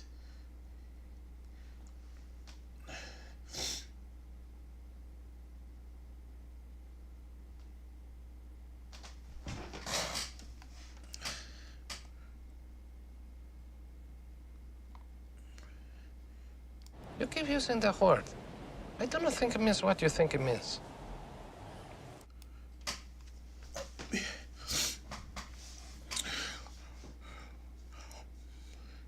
He used Beauty and the Beast.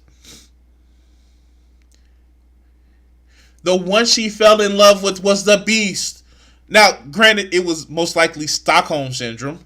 But the big, handsome, boisterous jerk motherfucker was the one that she didn't find appealing. The person who had self-doubt, the person that had anger issues and literally closed the world off, who had a disfigurement but learned to do emotional work and intelligence, according to the Disney story, and was willing to, see his interests and sacrifice himself for that interest. He was the Chad in the situation. You can't even say that, he was rich, he lived in the castle. Like fucking Gaston was like literally the town hero and everybody looked up to him.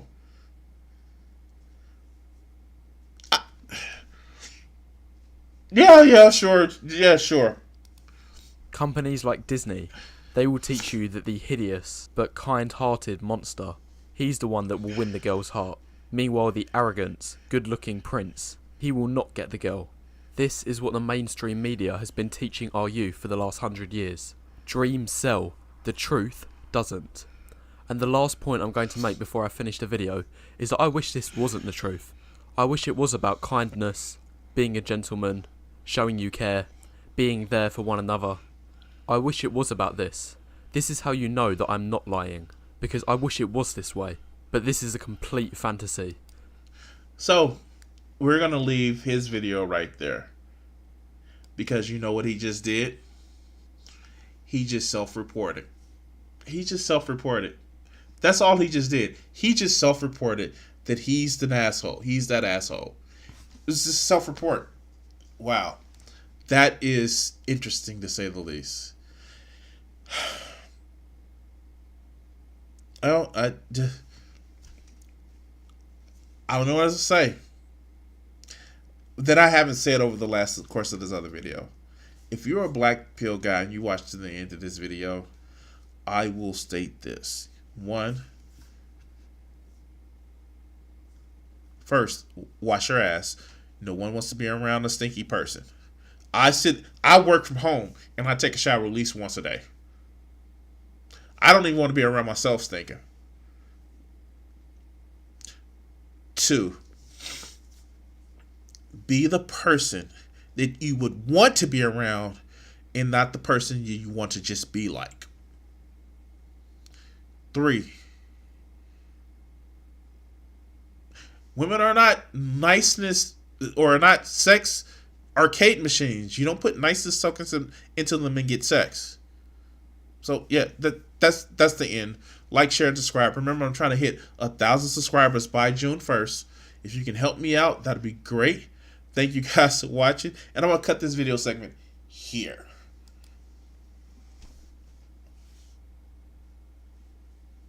I am flabbergasted that a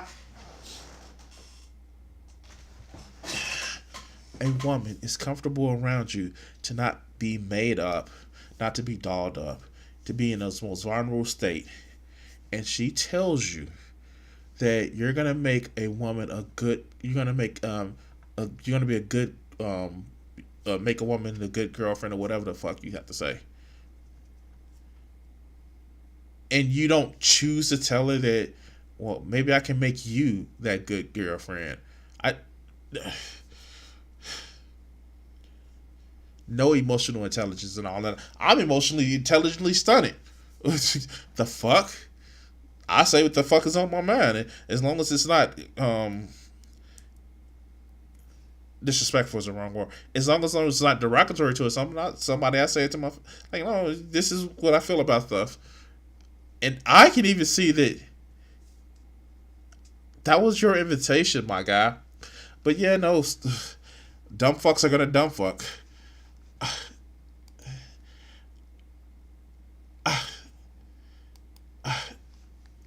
It just makes me violently ill to have to hear that shit. It just makes me violently ill. I don't even know.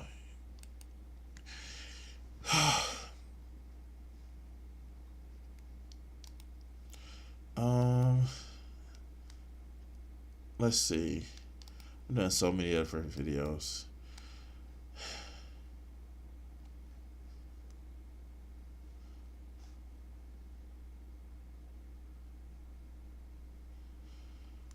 Okay. All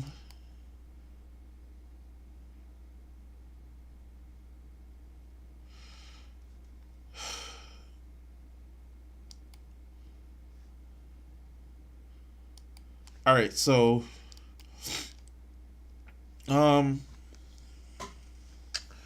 let's do this video. And I'm gonna say this. I'm a little bit hesitant about doing this video because one, I have a vested interest in it, and two, it's just like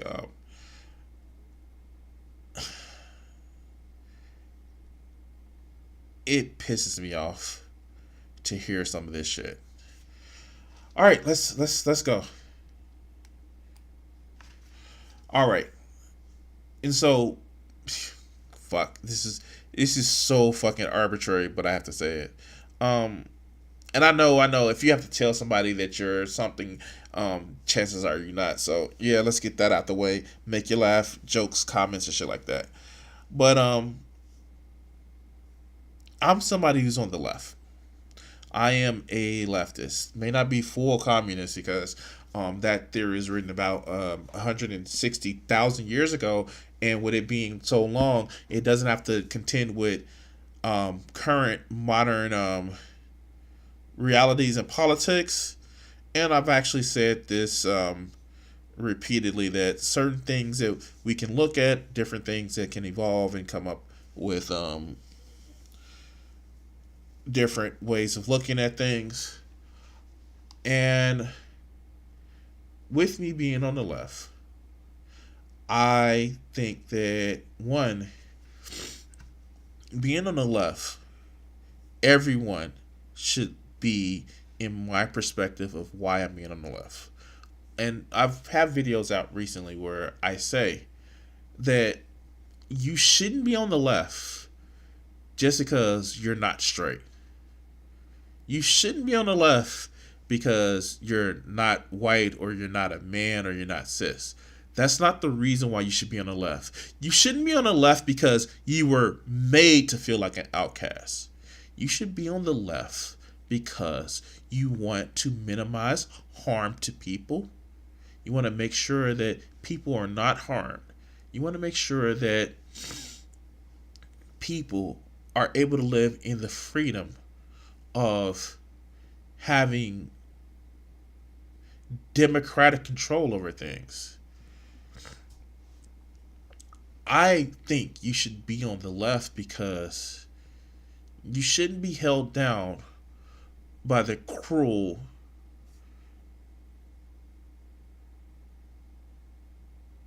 restrictions of, well, we did this so long ago. What is it? Tradition is just peer pressure by dead people because we've always done it, so we need to keep doing it. And that is also one of those things where the reason why I'm on the left. I feel that we should always reach out to people.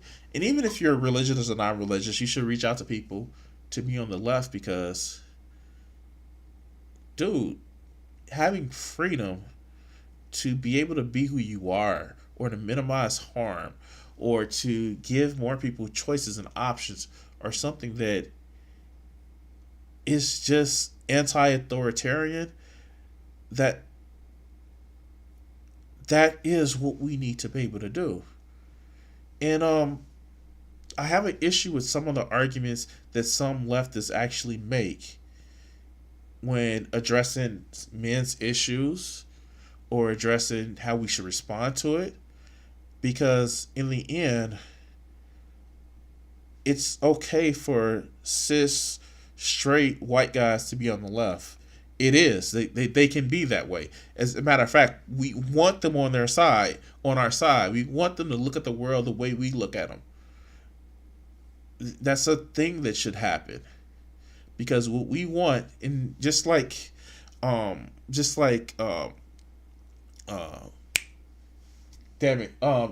said, because the way the screen is, people need Social Security. People need to be able to have the freedom, economic freedom that we all should have. But when I hear arguments like the one that we're gonna see today and the way it's addressed, I get a little bit. It gets me to a point where it's just like, stop, please stop, address the concerns. And not to say that the guy who's making the arguments is doing it correctly. No, he's a total dumb fuck. And yeah, no, that's really a thing. But we should be better with this. But let's go. Calling from an international number +91 +91. I think I'm picking up your call. Who's this where you're calling from? If you can hear me. Yes, this is Yash from India again. Oh, Anyesh from India. Hi, how are you? Now, we're obviously going to talk about how India is really right-wing right now under Modi's government. Really right-wing. Even though they had one of the largest motherfucking worker strikes in history recently, like a couple years ago, they're fighting a culture war. And ironically enough, Bo of the Fifth Column made a video that they're looking to be a central power in Asia, which, yeah, sure. Take it as you will, but yeah, they're kind of going right-wing right now. But let's go. Yeah, so, well, why I called in. So the last time I called, you mentioned about, I mentioned some things and you mentioned some things in return, right? Yes, I think that's how it went. Yeah, so the point, your point was that the overall, it's not, not bad against men, right? That was your point. So he's trying to set up the straw man that they're bad things against men. And let's be honest. We have to be honest with this assertion. Yes, there are bad things that happen towards men. There are bad things that happen towards a lot of groups. And just because it's bad things, and in some cases worse bad things that happen with women, doesn't disregards the bad thing that happened with men. For instance, a common red pill or manosphere talking point is, oh, in a divorce, a woman gets to take the man's money and then take the kids. And my common retort is this, and I don't really see a lot of guys making this, even the people on the left. When a child is young, a baby, how much care do you give them? Oh, that's a woman's job to do that. You've defeated your own argument. When you're married to a woman, do you let her work? No, she needs to stay at home and be in the kitchen, barefoot, pregnant, with my sandwich when I come home. So she doesn't have any income, but the fact that she's married to you. And I'm sorry, I'm gonna say this, and I know this is gonna piss some people off. If I ever marry a woman or women, again, more than one, they're gonna have a job. I'm sorry. I would marry a woman with a job, and she's gonna keep that shit. And I don't plan on having any more kids. But no, like, if I marry a woman again, she's gonna have a job. I'm sorry, you're not going to wait around cleaning the house up, waiting for me to come home. I do not want to be the center of somebody's world like that. So yeah, she's going to have a job. And you know what? Look, joint custody is a thing. I actually, and I will say this, I don't have joint custody of my daughter, but I still have visitation rights. The longest I went without seeing her really was because I didn't have a vehicle to go see her like I needed to.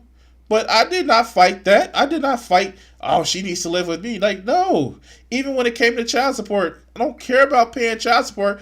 I have an issue with how much it is, but that's based on the laws, not the fact that I have to pay it. It's just a thing. I just don't get that. And it's not even that, oh yeah, my ex, like, no, it's like, we don't make enough money as we need to survive, so extra financial burdens are just harmful.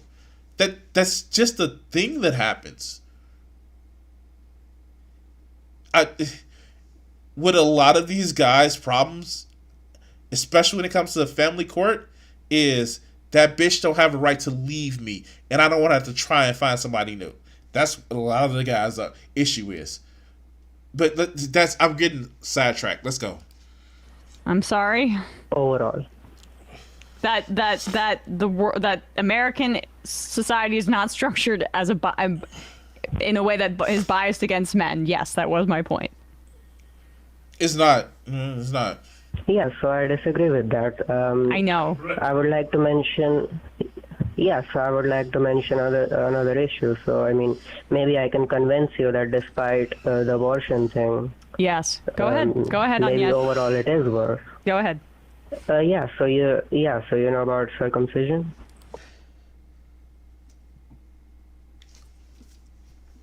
You heard that right. American society, the contention was that American society is geared towards men's oppression versus women oppression. And one, I find that as a stupid conversation to start off with, because you shouldn't be judging a society by how many oppression points that you fucking have. You should address each particular issue based on how it affects what that issue is affecting. That's just point blank, period. And secondly, the whataboutism, because women have abortion rights, control over their body, means circumcision is bad. Those two things don't equate. And if you go with the tenuous claim that because a man doesn't have any consent to circumcision, so thus we should stop circumcision, well then, quite frankly, make that without even addressing abortion. Make the motherfucking claim that we should stop circumcision for most males out there. You can do that with addressing the fucking abortion issue. Now, I haven't seen this. I just saw the clips of this. But I just saw a little bit of it, and just a little bit further. This is where I'm going to actually go with this. So I'll tell you to the point where I got to, and then we can see how if this resolves a different way. So let's go. Our society is set up to protect women and children, in which men of God do not define as oppressive. Okay, Jill. I've heard of it, yes. Yeah, so it's genital mutilation, right? Yes, full stop, point blank, circumcision is genital mutilation. Full stop. End of story. You're right. It's genital mutilation, full stop. That's how you answer that question. Without any pause, yes, it is. Why do we do circumcision in the U.S. where most people aren't religious Jewish people? Because fucking John Kellogg thought it was a way to stop men from masturbating. I am dead serious. We do circumcision because John Kellogg thought that it was a way to stop men from masturbating. Yes, Cornflakes guy thought that if you cut the foreskin of a man's penis off, he will not jerk his shit.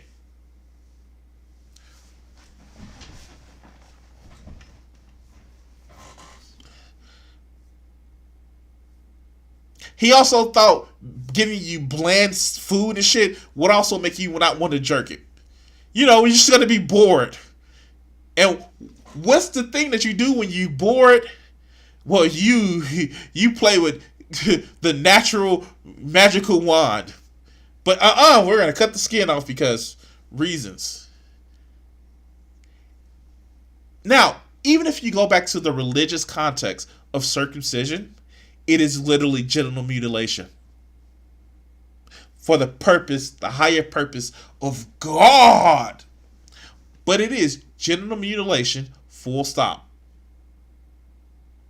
We have to be honest about that. It is genital mutilation, full stop. It has no bearing on, it keeps the penis clean. It keeps this. No, it's genital mutilation, full stop. It was done under the principle of, hey, maybe if it's cut, he won't touch his penis.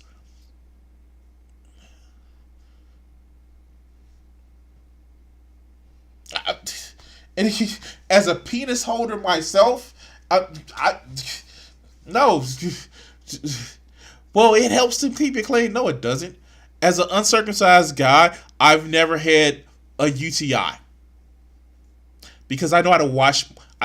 I know how, again, to wash my ass. And when I mean ass, I mean my whole body. Even as a little kid, it is full stop unnecessary cosmetic surgery. That's what we should actually have that conversation with. Not as, I got to defend against it because giving that ground, no, full stop. It is unnecessary. But what if it looks weird? I know a few women who says they're not going to date an uncircumcised guy. No, bullshit. They still do. But it's the joke about the... Okay, so what? You're not going to fuck me because I have a natural piece of skin on my penis like I normally should have? Okay, maybe you're not the person that deserves my dick. But full stop. Is circumcision genital mutilation? Yes. Full stop. Yes. But let's continue. I guess in the technical sense. And this is the reason why I had a problem with this video. No, it's genital mutilation. Full stop. Full stop. No, in the technical, yes, it is. Should we do it? No. And you know what? Here's the thing. If the foreskin if it's a medical reason, unless it's absolutely necessary, then yeah, you should probably do something about it. But full stop, most people don't need it. Most people don't need it. So overall, I mean, that does imply, I mean, that's a big deal.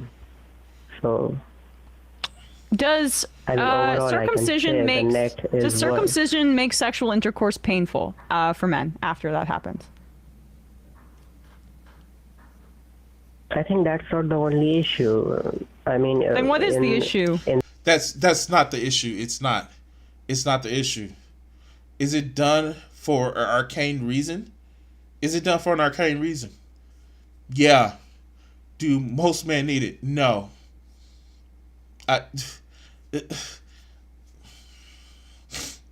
Let's go. In the moment when... Because you know that for female Well, in the circumcision, moment- which does happen in the world, the clitoris is sometimes chopped off. Sorry to get a little graphic with you, Agnieszka. And the women's organs, reproductive, or like, I don't want to get too graphic here, but their pleasure center for sex is removed from their body through surgery, and then sex is incredibly painful. So there is really no analogy between male and female circumcision. There is. It was originally done for religious purposes and is in no need to be done. And this is what I mean by, and I know I said it, a lot of people on the left define themselves by fighting the right. This is why I went on that whole little diatribe before. And this is to the point where I was like, yeah, this video, I'm going to have to say something about it. I am not defined about, oh, I need to fight the right because fighting the right is a thing that needs to happen. Okay.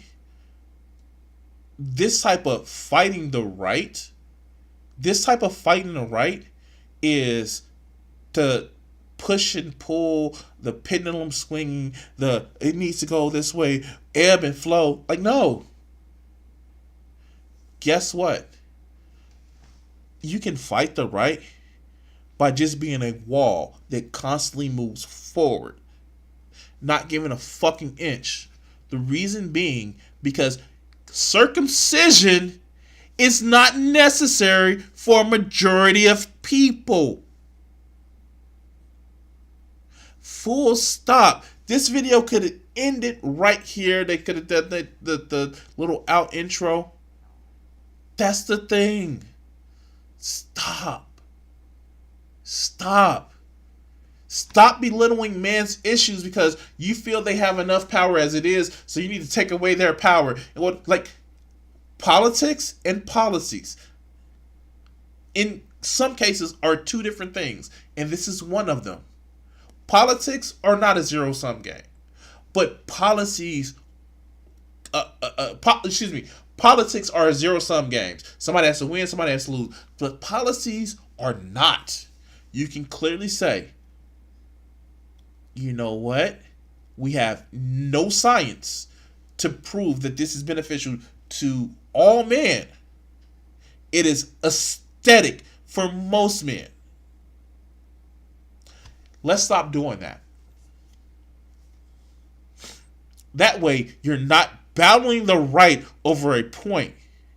You're taking the point away from them. You're not fighting a war. You're taking a point away from them. It is a constant push. It keeps going, and this is not a battleground anymore. You have salted that battleground with the fact that it does not need to happen. And I think with a lot of men's issues, the left can win on a lot of these issues because there's no more battle. But let's continue. Yeah, I mean, you never failed to complain about female genital mutilation in other third world countries. Meanwhile, your own country has this problem. Well, I mean, I don't think it's a problem. the reason this is you don't think circumcision, male genital mutilation is a problem, but female genital mutilation is a problem, correct? Well, because one of the genital mutilations causes a lot of pain, and the other one makes it like a tiny bit less pleasurable to have sex, and it doesn't really have an effect on their lives. Well, I mean, first. And this smugness is just like, acknowledge what he feels is the problem. The left, we actually feel like we have more empathy. Acknowledge what he feels is the problem. Now, and I'm not saying that Emma doesn't make any great arguments before, but you know what? She doesn't have any power to actually go and rewrite the motherfucking medical books, even though the science is behind where we probably shouldn't do as many as we do right now. Just to say, like, hey, you know what? You're right. This is a practice that we should actually stop, because it was just born out of one guy's misunderstanding that if we cut the foreskin off of a penis, that'll stop people from touching it. That ends the conversation. You know what? Yeah, I'm gonna say it. Unless medically necessary, I don't think that you should go in and just generally mutilating anybody. It's a thing, you know? You shouldn't have to do it. That's color me an extremist, but if you don't have to do a medically necessary treatment, you should not do it. I know, right? Weird, right?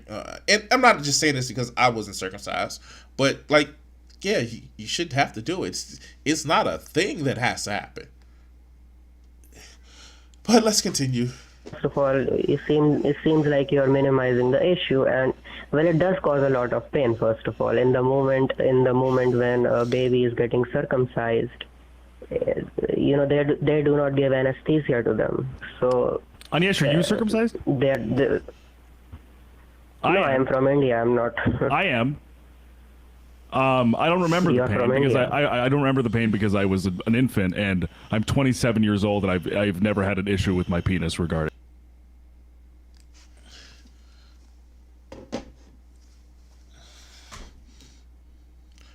I don't give a fuck. I'm sorry. This is disregarding somebody's, even if it's a false assumption, even if it's perceived but not true, issue. I don't give a fuck. I'm sorry.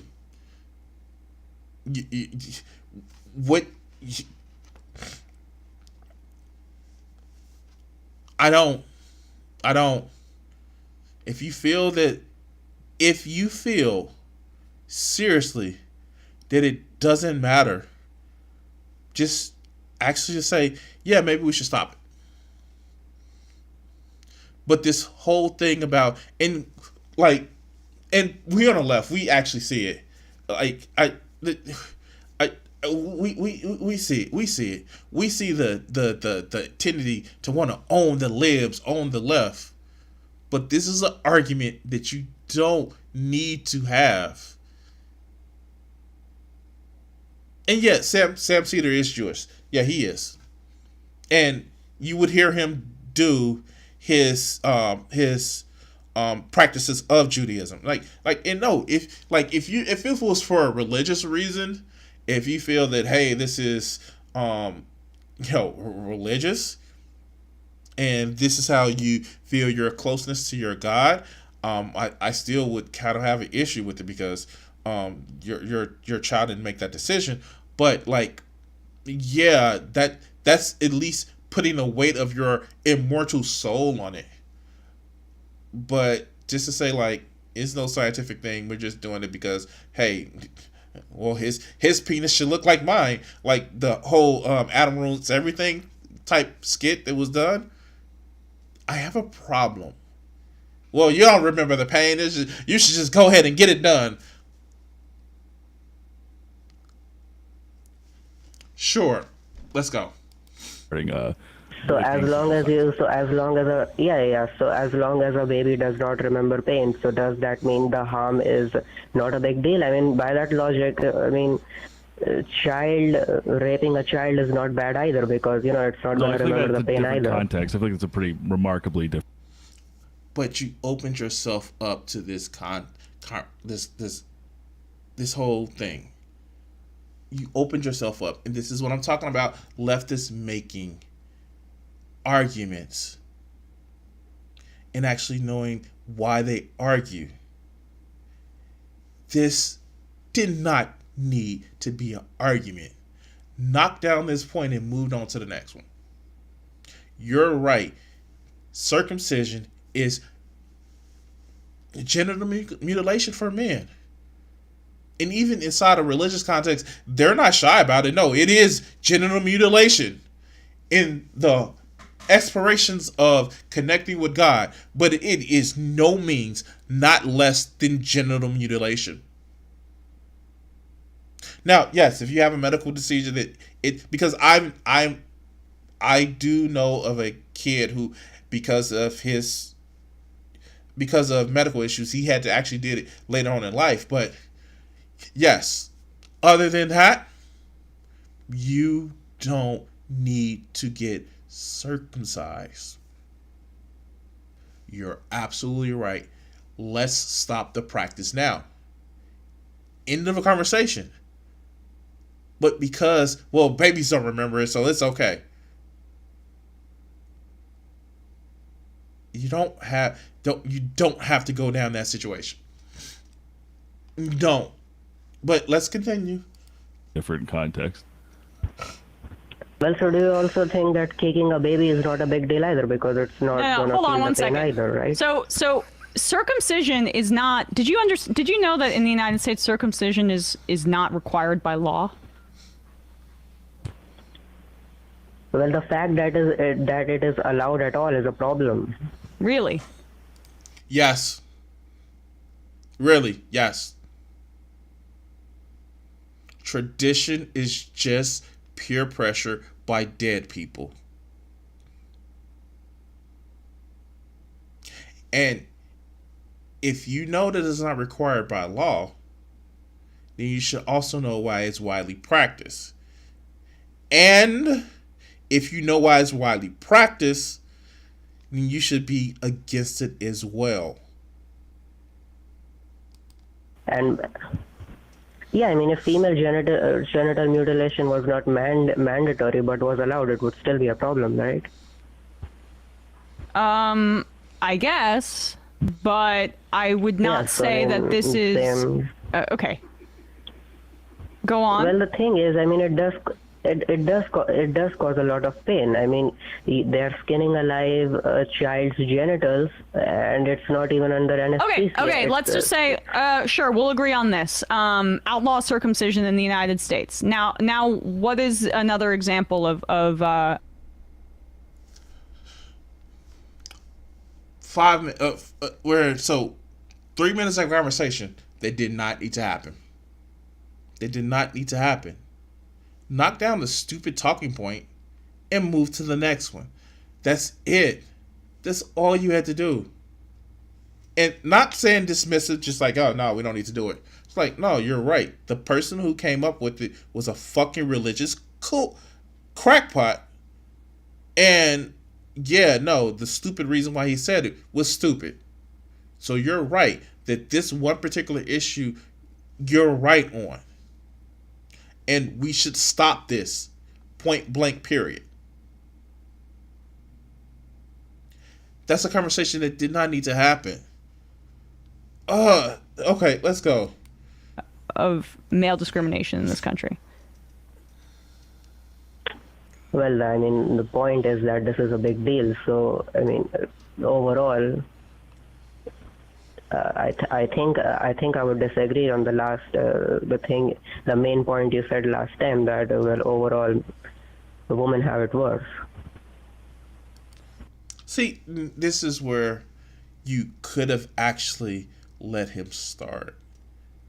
Comparatively speaking, is the pain between male genital mutilation and female genital mutilation, are they comparable? No, like obviously, if you're cutting out the pleasure centers of a woman's woman engaging in sex, it's bad. It's worse because they not only cut out that part, but they also start to do other mutilating things. Like, no, it's fucking bad, and that doesn't stop the whole thing of it should not be done for either party. It shouldn't.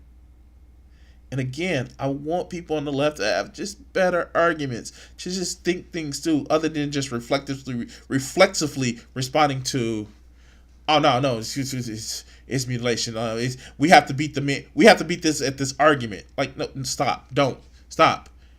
Actually address the argument and beat that argument like, beat it like you a dick. Like, all right, let's go. Okay, so because of circumcision of babies with penises, which they don't really remember, and then don't throw that part in. Just stop. Because again, it's about owning this guy. Like, no, you're not looking good the way you're having this conversation. Stop. Don't. All right, let's go. In some ways has hygiene benefits, but if you want to make it outlaw, if you don't agree with it, that's okay. What else? You are literally just advocating for it. Oh my God, you're advocating for it. You don't get. You're just like, man, it has hygiene benefits. And here, I can make that disgusting argument about female genital mutilation. It keeps them from being whores. So it's a hygiene benefit of them not being whores. Like, you don't want to have that argument. You don't want to give credence to somebody making an equal argument about it. Stop. Is another example of male discrimination in this country.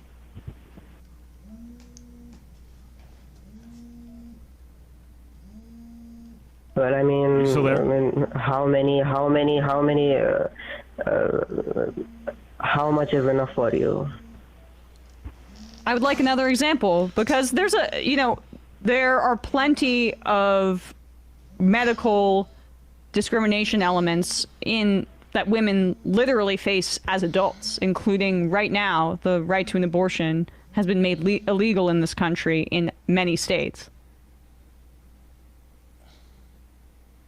Well, I mean, yeah, you mentioned it earlier. All right, so yeah, I just saw this, and it's just like, it really irritated me, just the way that it was just dismissive of this guy's opinion about it. And you could have started the argument saying, like, no, circumcision in most cases aren't needed. So yeah, you're right that we should probably stop that. But with that being said, what does that have to do about abortion? Give him the pyrrhic victory of saying that, you know what, you're right. We should not have to circumcise as many men as we do based off of just tradition. Call it a day, and then keep going. That is 5 minutes of a conversation that you did not have to have. All because we have to win on this point. That circumcision is necessary? No, I'm sorry. And again, this is not the shit on the majority report. This is a way I see a lot of leftists make arguments about things. It's like, you don't talk to real people. You have a conversation on chronically one line left and right people. They don't have, a real person conversation. But anyway, guys, I'm going to cut this video segment here. Like, share, and subscribe. Try to hit 1,000 subscribers by the beginning of June 1st. Help me by subscribing and sharing the channel. Like, share, subscribe, and all that. And we're going to cut this video segment here. All right. Give me a second. One second, guys. I need to call my mother back. Yesterday, well, not yesterday. So about 2 weeks ago, she gave me a frozen turkey, and so I had a few days of letting it like defrost, and then I brined it in water and sugar and salt. And so yesterday I finally smoked it. So I think that's what she's trying to do. Hold on 1 second, guys.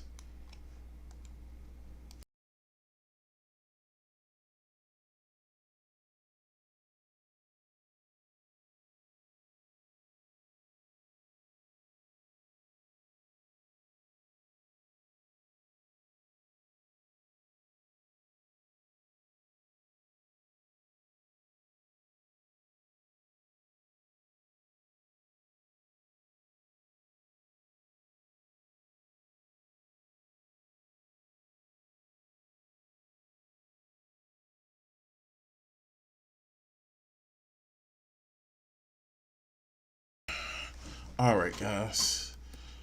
How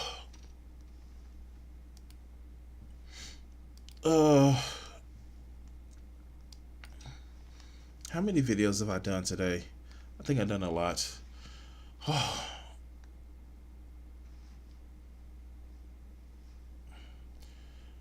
Oh my God. Let's do one final video today. Yeah, do one final video today.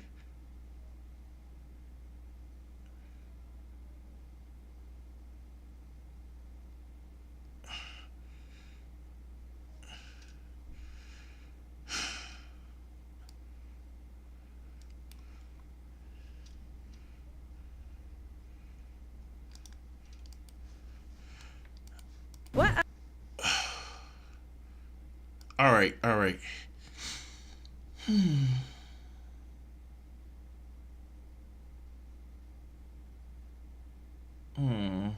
I'm trying to think on which video I want to do.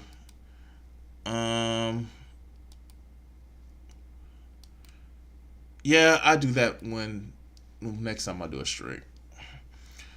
And I actually maybe stream it a little bit later on tonight, guys. It's like 4:30. Or 4:45. I want to do some more Horizon Forbidden West. And so, yeah, I think I may be streaming a little bit later. Just, I don't know. I want to actually get through more and more of that game because I actually enjoy it. I've always liked the Horizon games, and with the Forbidden West, I know I didn't play it on stream, but it's like I like Horizon, and I like the story of it. And like with me, I just really enjoy the story. I think I'm gonna get back into Conan too. Just while I'm streaming, I'm gonna actually play some Conan. But yeah, that's some things that I'm gonna actually do. All right, so let's get into this, okay? Let's get into this.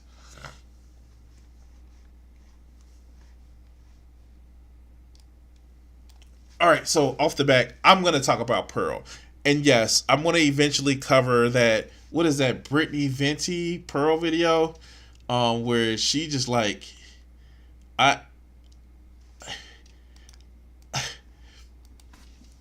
on, let's do it.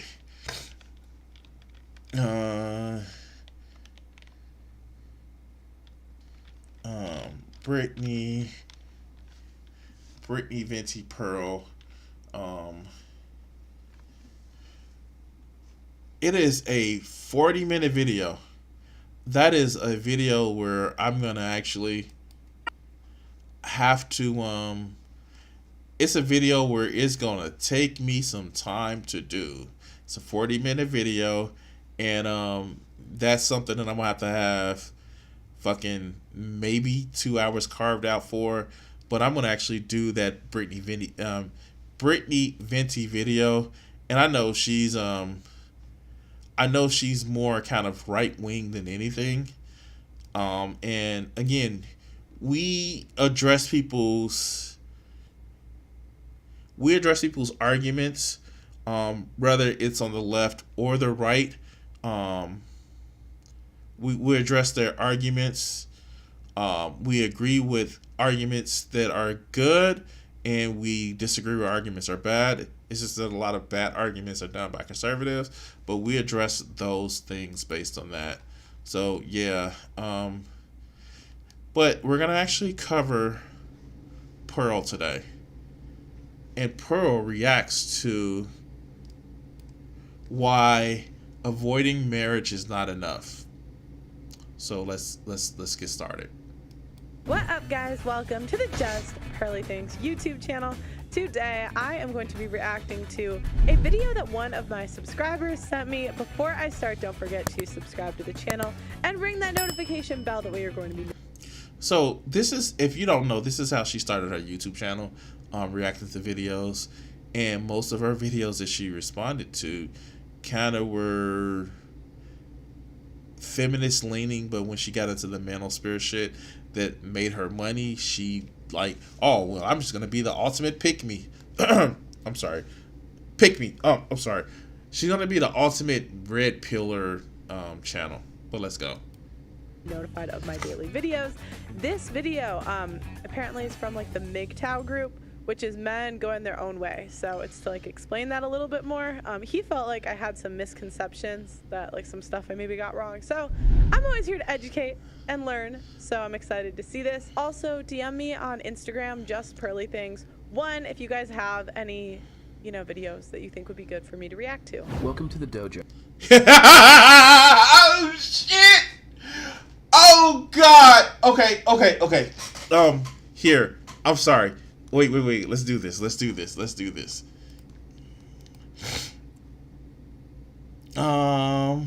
Videos.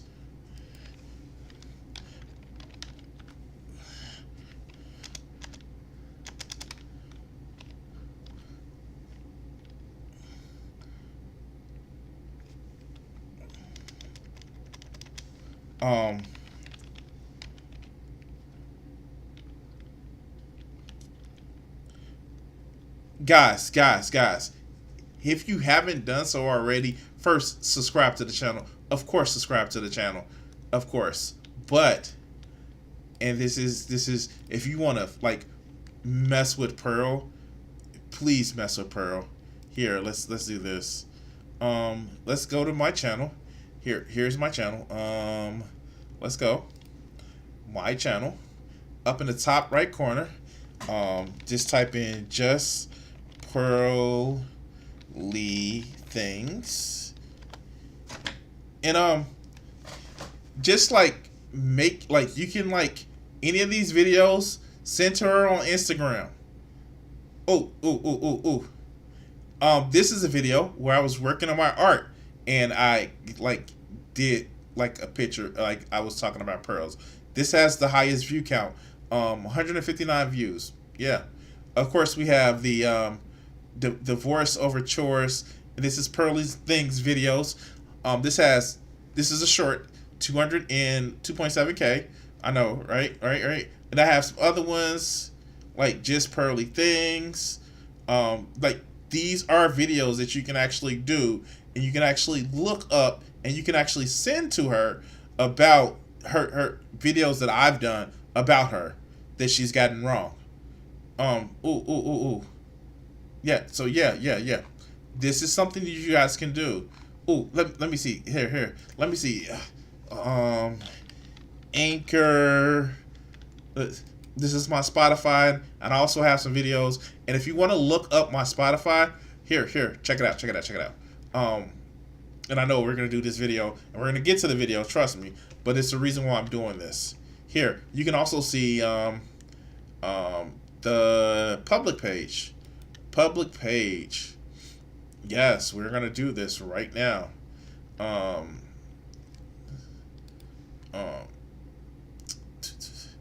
let's see if you can actually look up episodes. Oh, they don't have the episode view counts. But you can also find views. What is my top view for Just Pearly Things on Anchor? It was a podcast, but you can actually look it up. Here, episodes, and they don't have the search. They don't have the search. But I know one of my most popular videos that I've actually done on Spotify is another Just Pearly Things video. So let me see if I can actually find it. Oh yeah, Pearl thinks that men are ashamed for having standards. So like, yeah, look it up, send her these videos so she can respond to it. But let's get back to the show. Joe, the series where I'll teach you the MGTOW skills necessary to identify and protect yourself from gynocentric and feminist threats. While I already had plans to discuss this issue, a Patreon member... And I know we're doing a response to a response video, but yeah, let's go. ...provided me the motivation to address this subject sooner rather than later. With that in mind, it's time for your first lesson. Many people believe that the reason married men get taken advantage of by women... Why is she just standing there looking... Okay, I'm sorry. ...is because they quote-unquote chose the wrong woman. I hear this all the time. It's always like, what type of women are you talking to? Like, not all women are like that. Like, that's always the first response. However... Yeah, that's true. There are some people that are just assholes. Men, women, and non-binary. That's the thing. That's the thing that happens. All right, let's go. She doesn't even watch the full video. Oh my God. The video itself, unless she just does not have any response to it, her video is 14 minutes and 19 seconds. His video is 10:55, and she had about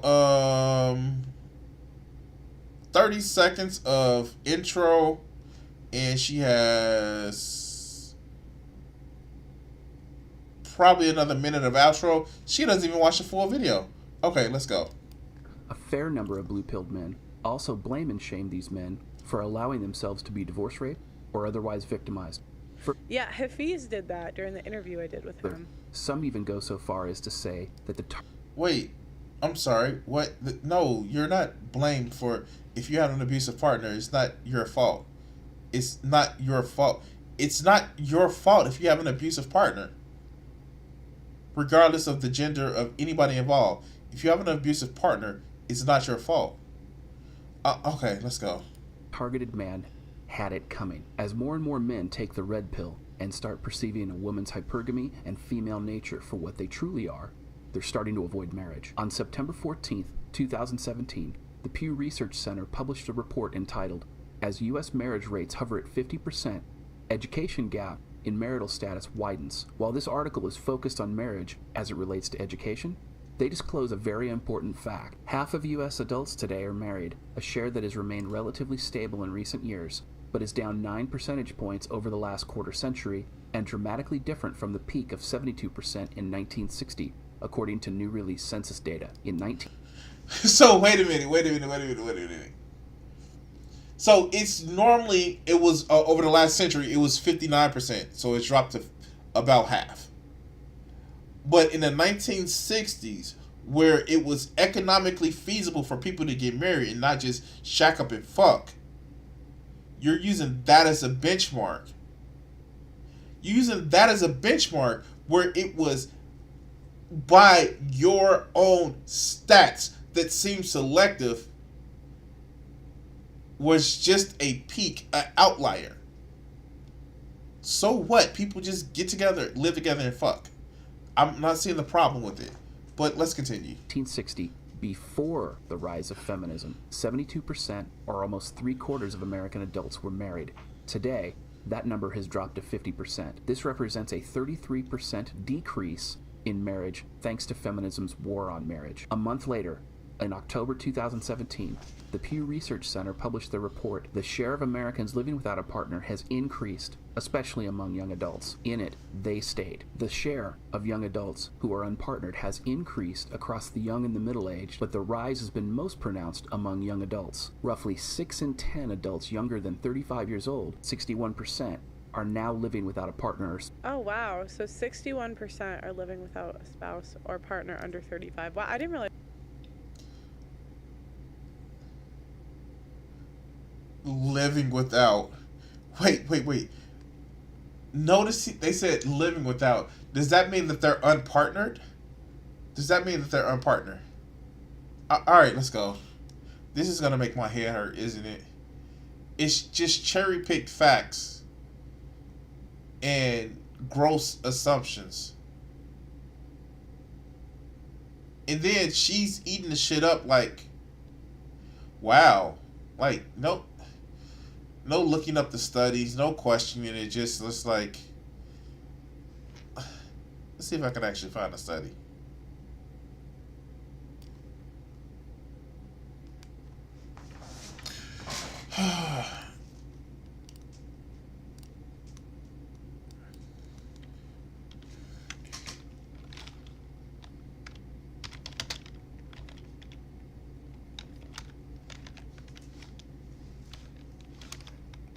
I know I missed the R.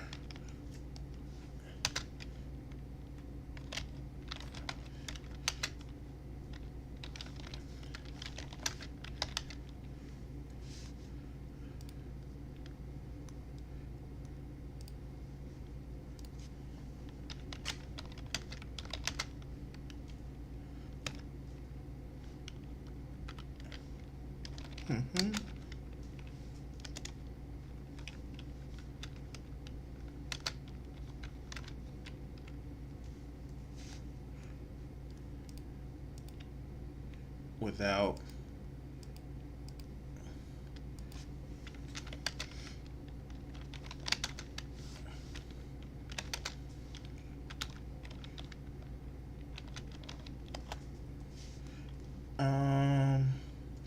among adults 18 to 44, 59% have lived with an unmarried partner at some point in their lives. I mean, 44.4. No, wait.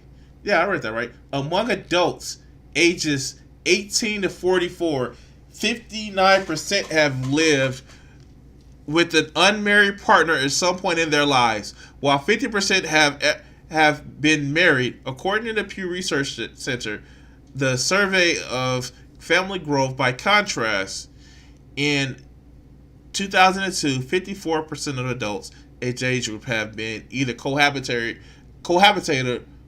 or ever been married. That kind of like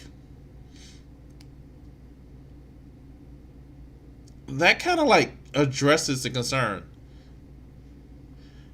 Like,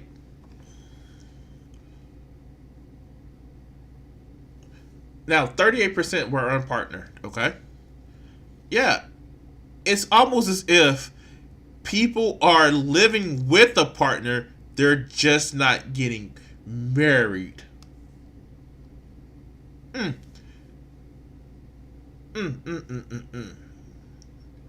what I said about selective facts? This is just selective facts.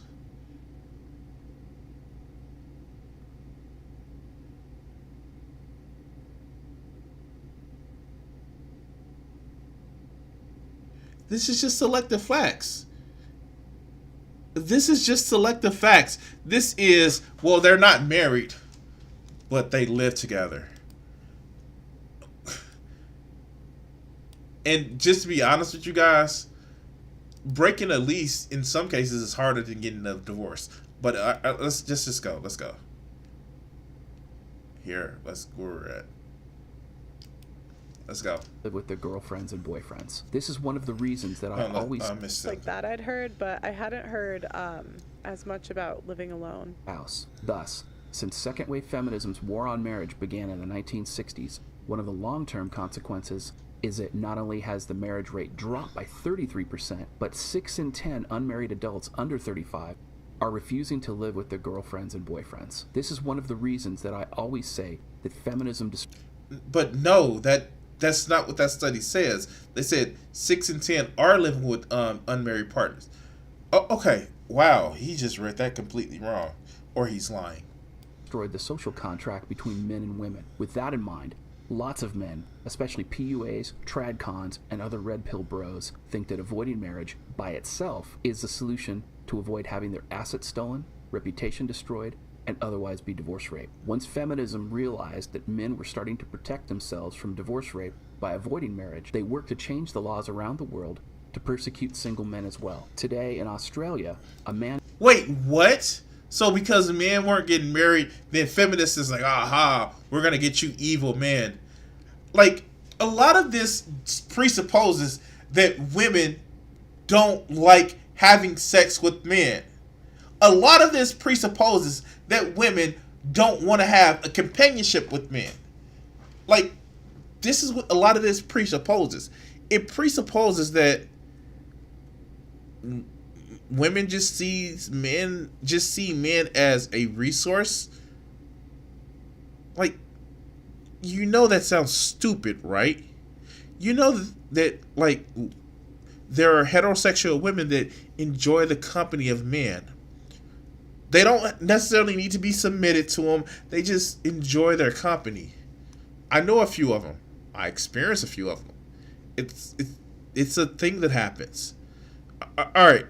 But of course, these antisocial dipshits who don't want to be around anybody, that only see people as a tool for their masturbatorial instincts, yeah, of course they feel that way. But let's continue. Man doesn't have to be married to get divorce rate. The Family Court of Australia stated on May 3rd, 2016, a de facto relationship is defined in Section 4AA of the Family Law Act of 1975. The law requires that you and your former partner, who may be of the same or opposite sex, had a relationship as a couple living together on a genuine domestic basis. Wow, so even if a guy doesn't want to get married, you hear that, Blessing? Even if a guy doesn't want to get married, if he lives with the girl, she can still pursue him in court. That is... It's called common law marriage. You just described common law marriage. Oh my God! You literally just described common law marriage. You know, the thing that so many people have used to trap other people with. It's common law marriage is not unique, you dumb fucks. Both of you guys. Oh wow. Wow, this hurts my head. Crazy. That's crazy. Further, ABC News Australia interviewed Rachel Sharer, the founder of DivorceAnswer.com, in June 2017, and she said, "There's no timeline and there's no minimum time period as long as you and your partner considered yourself in a considered or committed relationship." What? So you could live with a girl for 2 months? 3 months? As long as other people recognize that, then you're in a de facto relationship. Even more frightening, she stated, there's a relationship called de facto by distance, which means that even though you may not be living together exclusively and full-time, as long as you stay in each other's house or home when you're in each other's local space, then you're definitely considered in a de facto relationship. They never heard of common law marriages.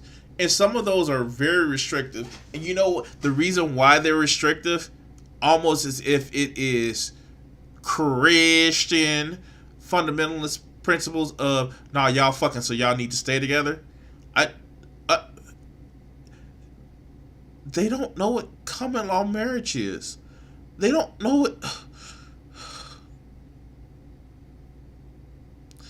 Okay, yeah, sure. Thus, in Australia, even if she doesn't live with you full-time and she just stays the night, or she just leaves her shit in your home, she can divorce rape you. Blessing. Yeah, so if she leaves her shit in your apartment, she can divorce you. That's crazy.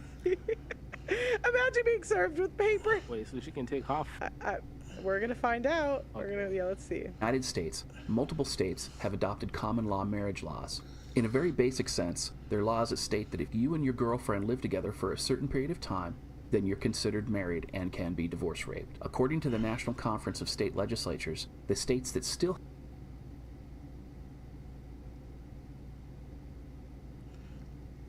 I am really... Oh my God, this shit is dumb. Okay, common law. Common law marriage contracted on or after September the 1st, 2006 is valid if at the time that the marriage was entered into, both parties are 18 years old and the marriage is considered, marriage is not prohibited by other law. So, in other words, if you're still married to somebody, if it's a close family member, then you can have a common law marriage, and all you have to do is, guys, if you've been in my community long enough, you know that you still have to sign the paper for common law marriages, and it's not given a actual time frame, but you still have to sign the paper, recognize common law marriage in Colorado. Hello, Shani and Rev. Common law marriage for purposes of support of dependents chapter is otherwise it is not specifically prohibited.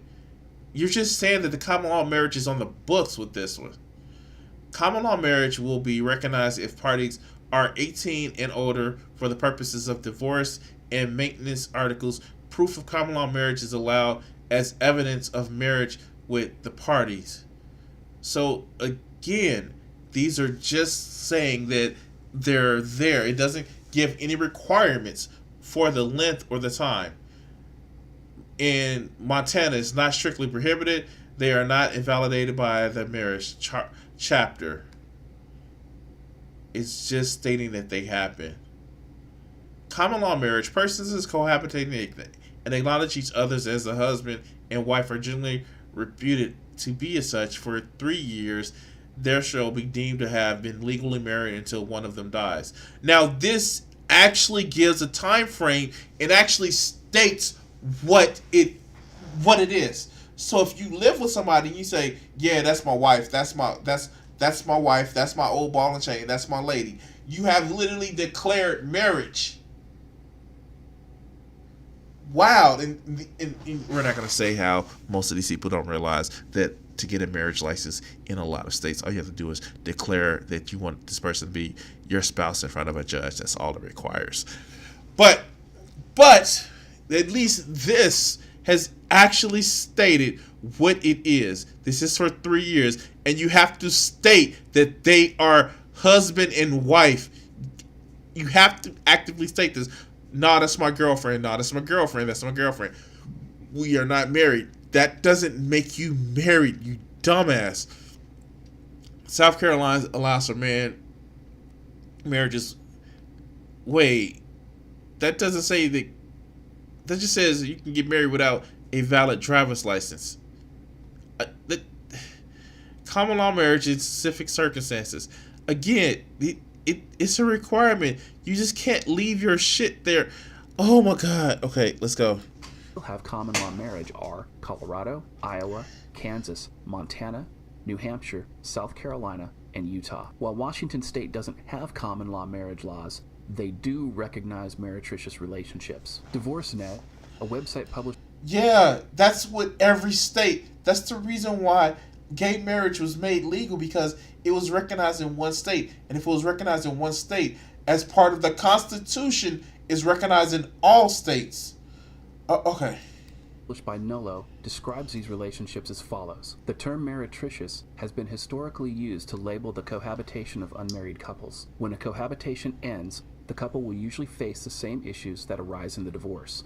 The most common include the following: division of assets and property, paying debts, and determining child custody and child support. Thus, not only can an unmarried man get divorce raped in states that recognize common law marriages, but in Washington State, they can get divorce raped under their meretricious relationship laws. It's a good thing we're moving to Tennessee or Florida. Yeah, thank God. However, even worse than these feminist laws created to divorce rape unmarried men are the feminist-sponsored domestic violence laws. In 1980... So you have a problem with saying that you can't hit your partner? And she's actually agreeing with this. actually platforming this.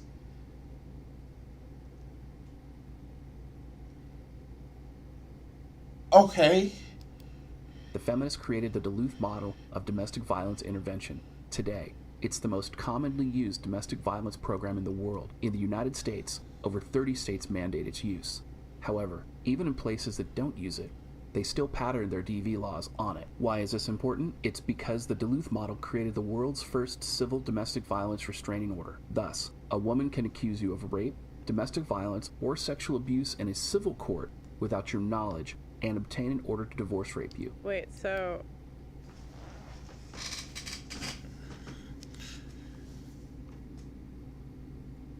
Does it say, woman, you dumb fuck?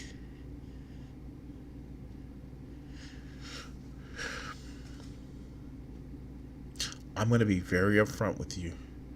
Be very truthful and honest with you.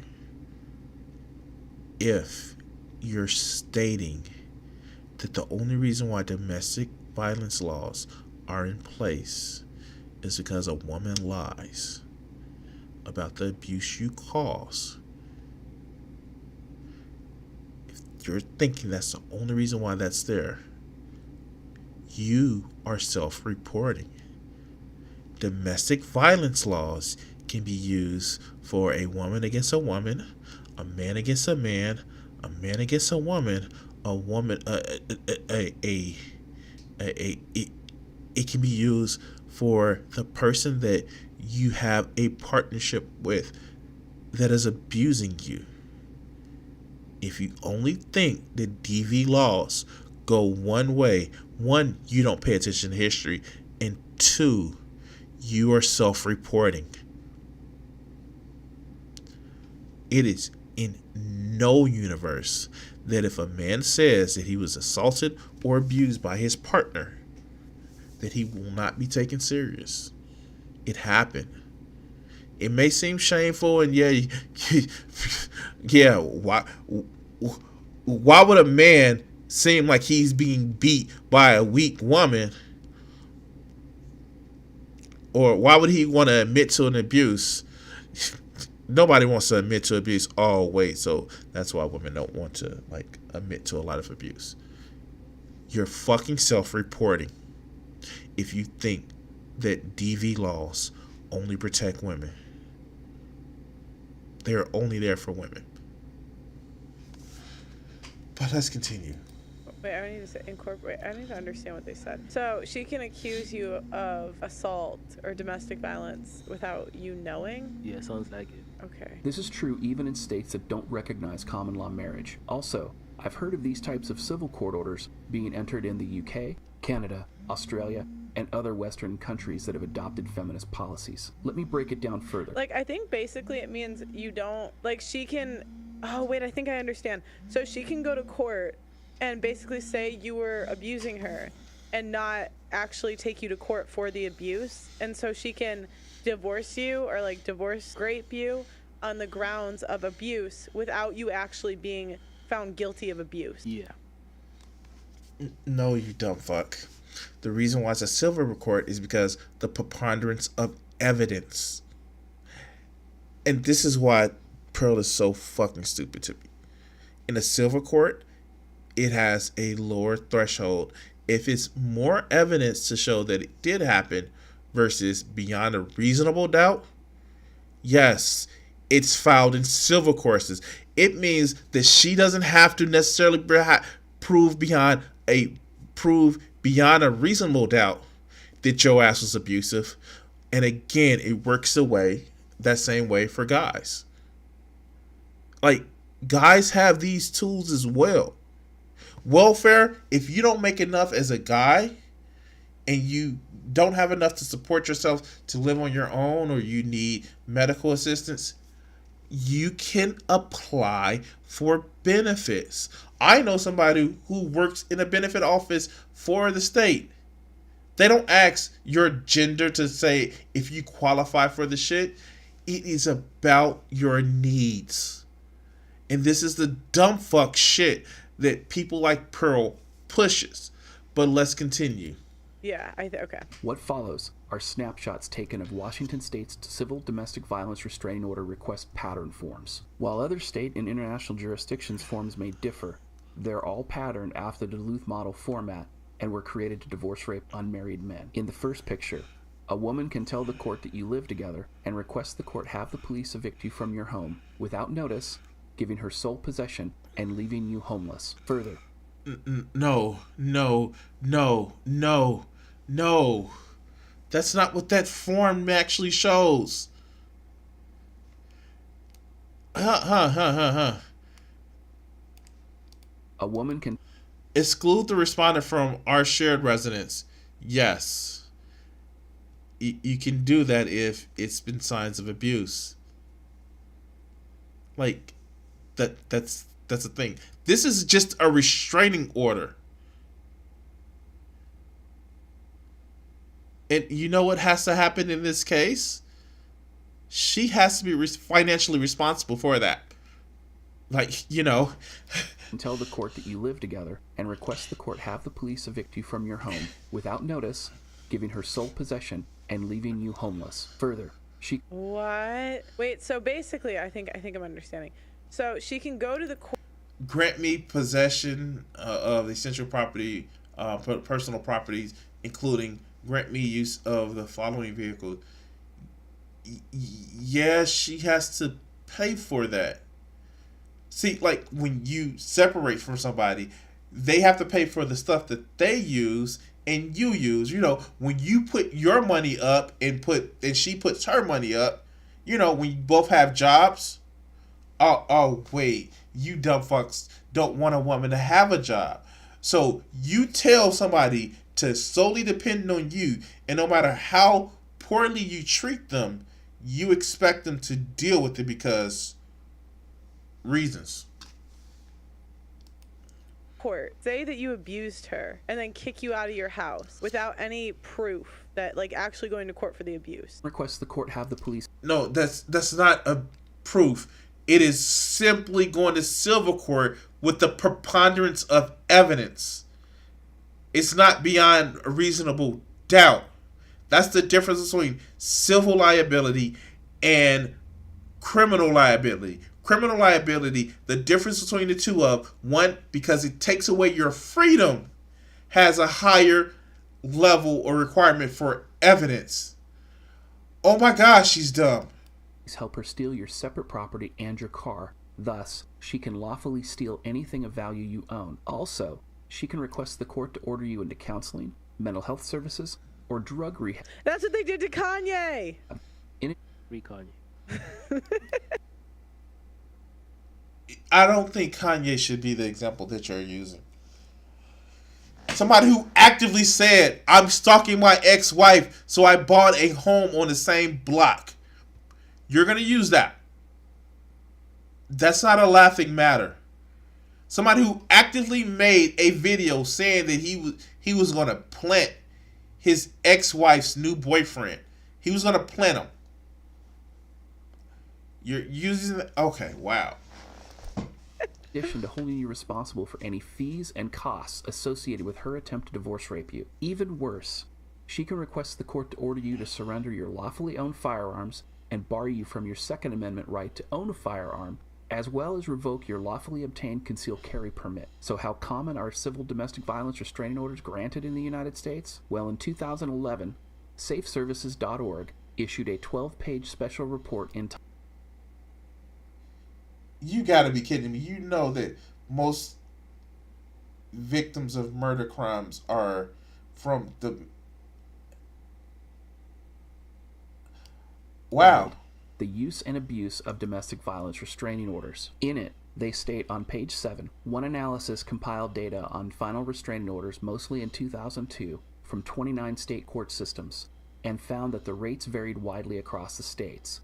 On average, the analysis revealed that 342 final restraining orders were issued per 100,000 persons. When extrapolated to the entire U.S. population, an estimated of 860,000 final orders were granted.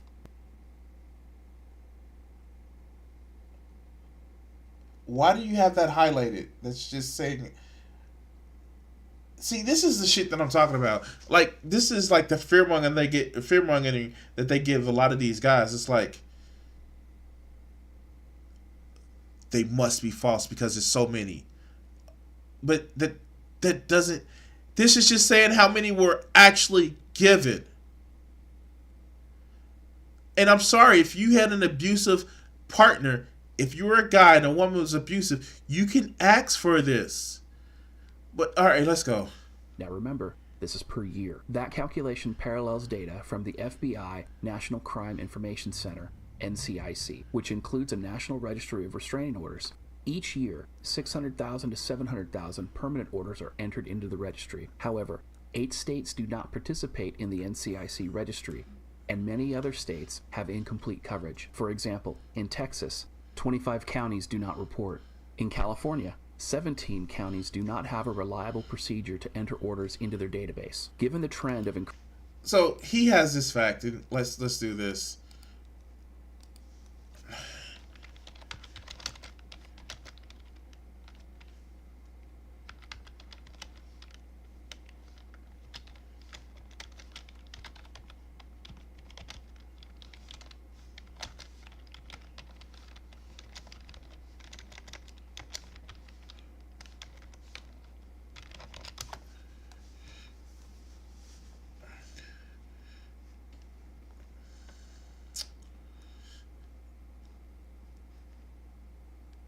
Okay. More than 5 women and girls were killed every hour by a family member in 2021. According to the new UN figures on femicide, a report published Wednesday to show that 45,000 women and girls, more than half, 56% of the 81,100 murdered last year worldwide, were killed by a husband, partner, or other relative. That's why we have the Violence Against the Violence Against Women Act that has been spread out to all domestic partners. Every month, an average of 70 women in the U.S. are shot and killed by an intimate partner.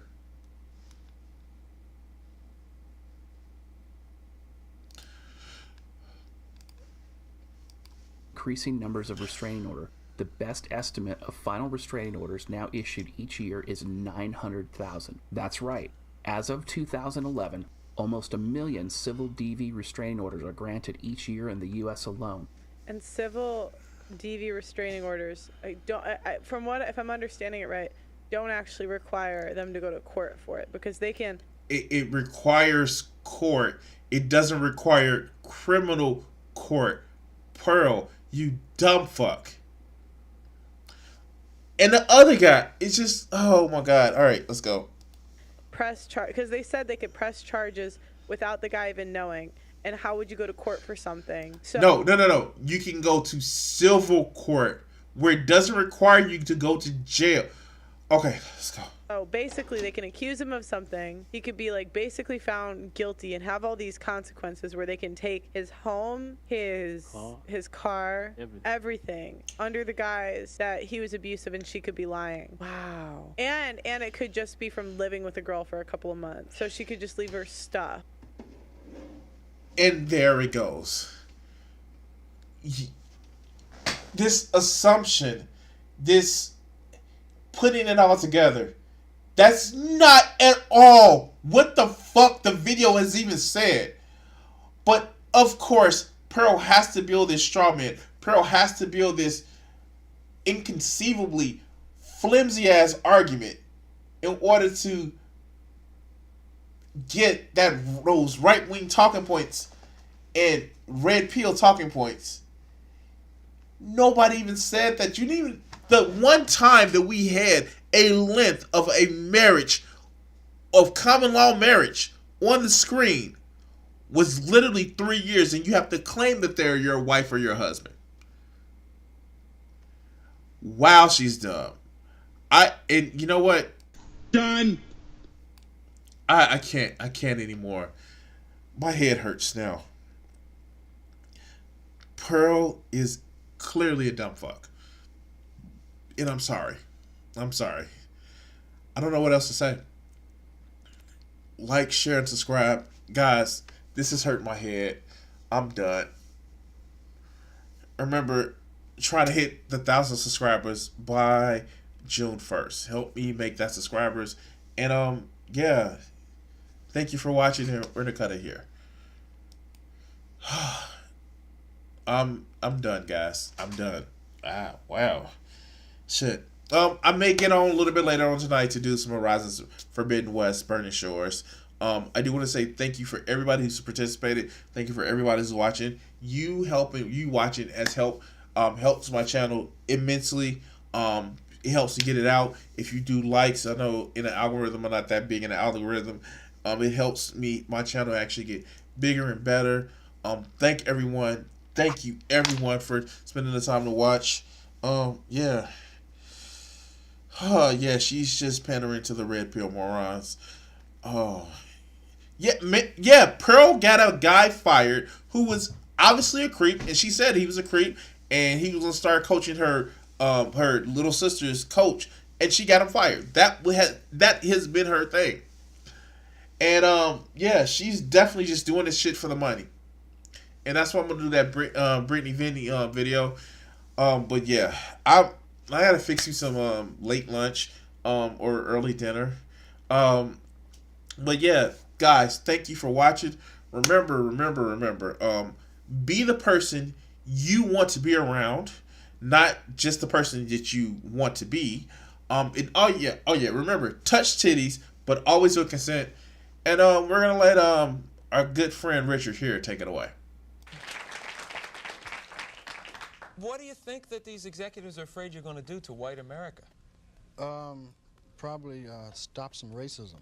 Stop racism? Yeah, I'm probably afraid of that, because then people don't hate each other, and people start talking to each other, and then they start talking to each other, they find out who's the problem. Which is? Greedy people. Greedy. I have a couple things I want to ask you there. Do you really think that some of the guys that you dealt with at NBC, no names, right? Because there's lawsuits for that too, that some of these guys really want to promote racism actively, or is it a subconscious? I just think it's part of capitalism, is to promote racism, right? In order to make things work. If you feel better because you're white and you can get a job, you use that. I mean, I would. Absolutely. Say, I'm sorry, Jack, but shit, they say I'm white. I'm going to use this. Right, absolutely. Get this job. I'm hungry, But, and that separates people. So they keep people separated, and that keeps them from thinking about the real problem. That's as simple as I see it. Probably it's not that simple, but... Now, all right, you and I are about the same age, right? We're in our mid-30s. How long is it going to take before guys who think like you, and I say guys who think like me, people who don't want to have racism in the country, people who don't want to be oppressing any minority, whatever it is, sexual, whatever minority, really get into positions of power and can change things? You can't get in a position of power, it seems, if you think like that. It seems that the only time you get in a position of power is if you're like the people that are in power. To me, I mean, that's the way it goes. I mean, people that get to become executives become like the people that were already executives. I don't know, maybe... They go in with good intentions, but it eats them up. It's like a cesspool, it just gets on you and it starts eating. The system levels them. Pretty soon it's all gone. Is that what a cesspool sounds like? Yes.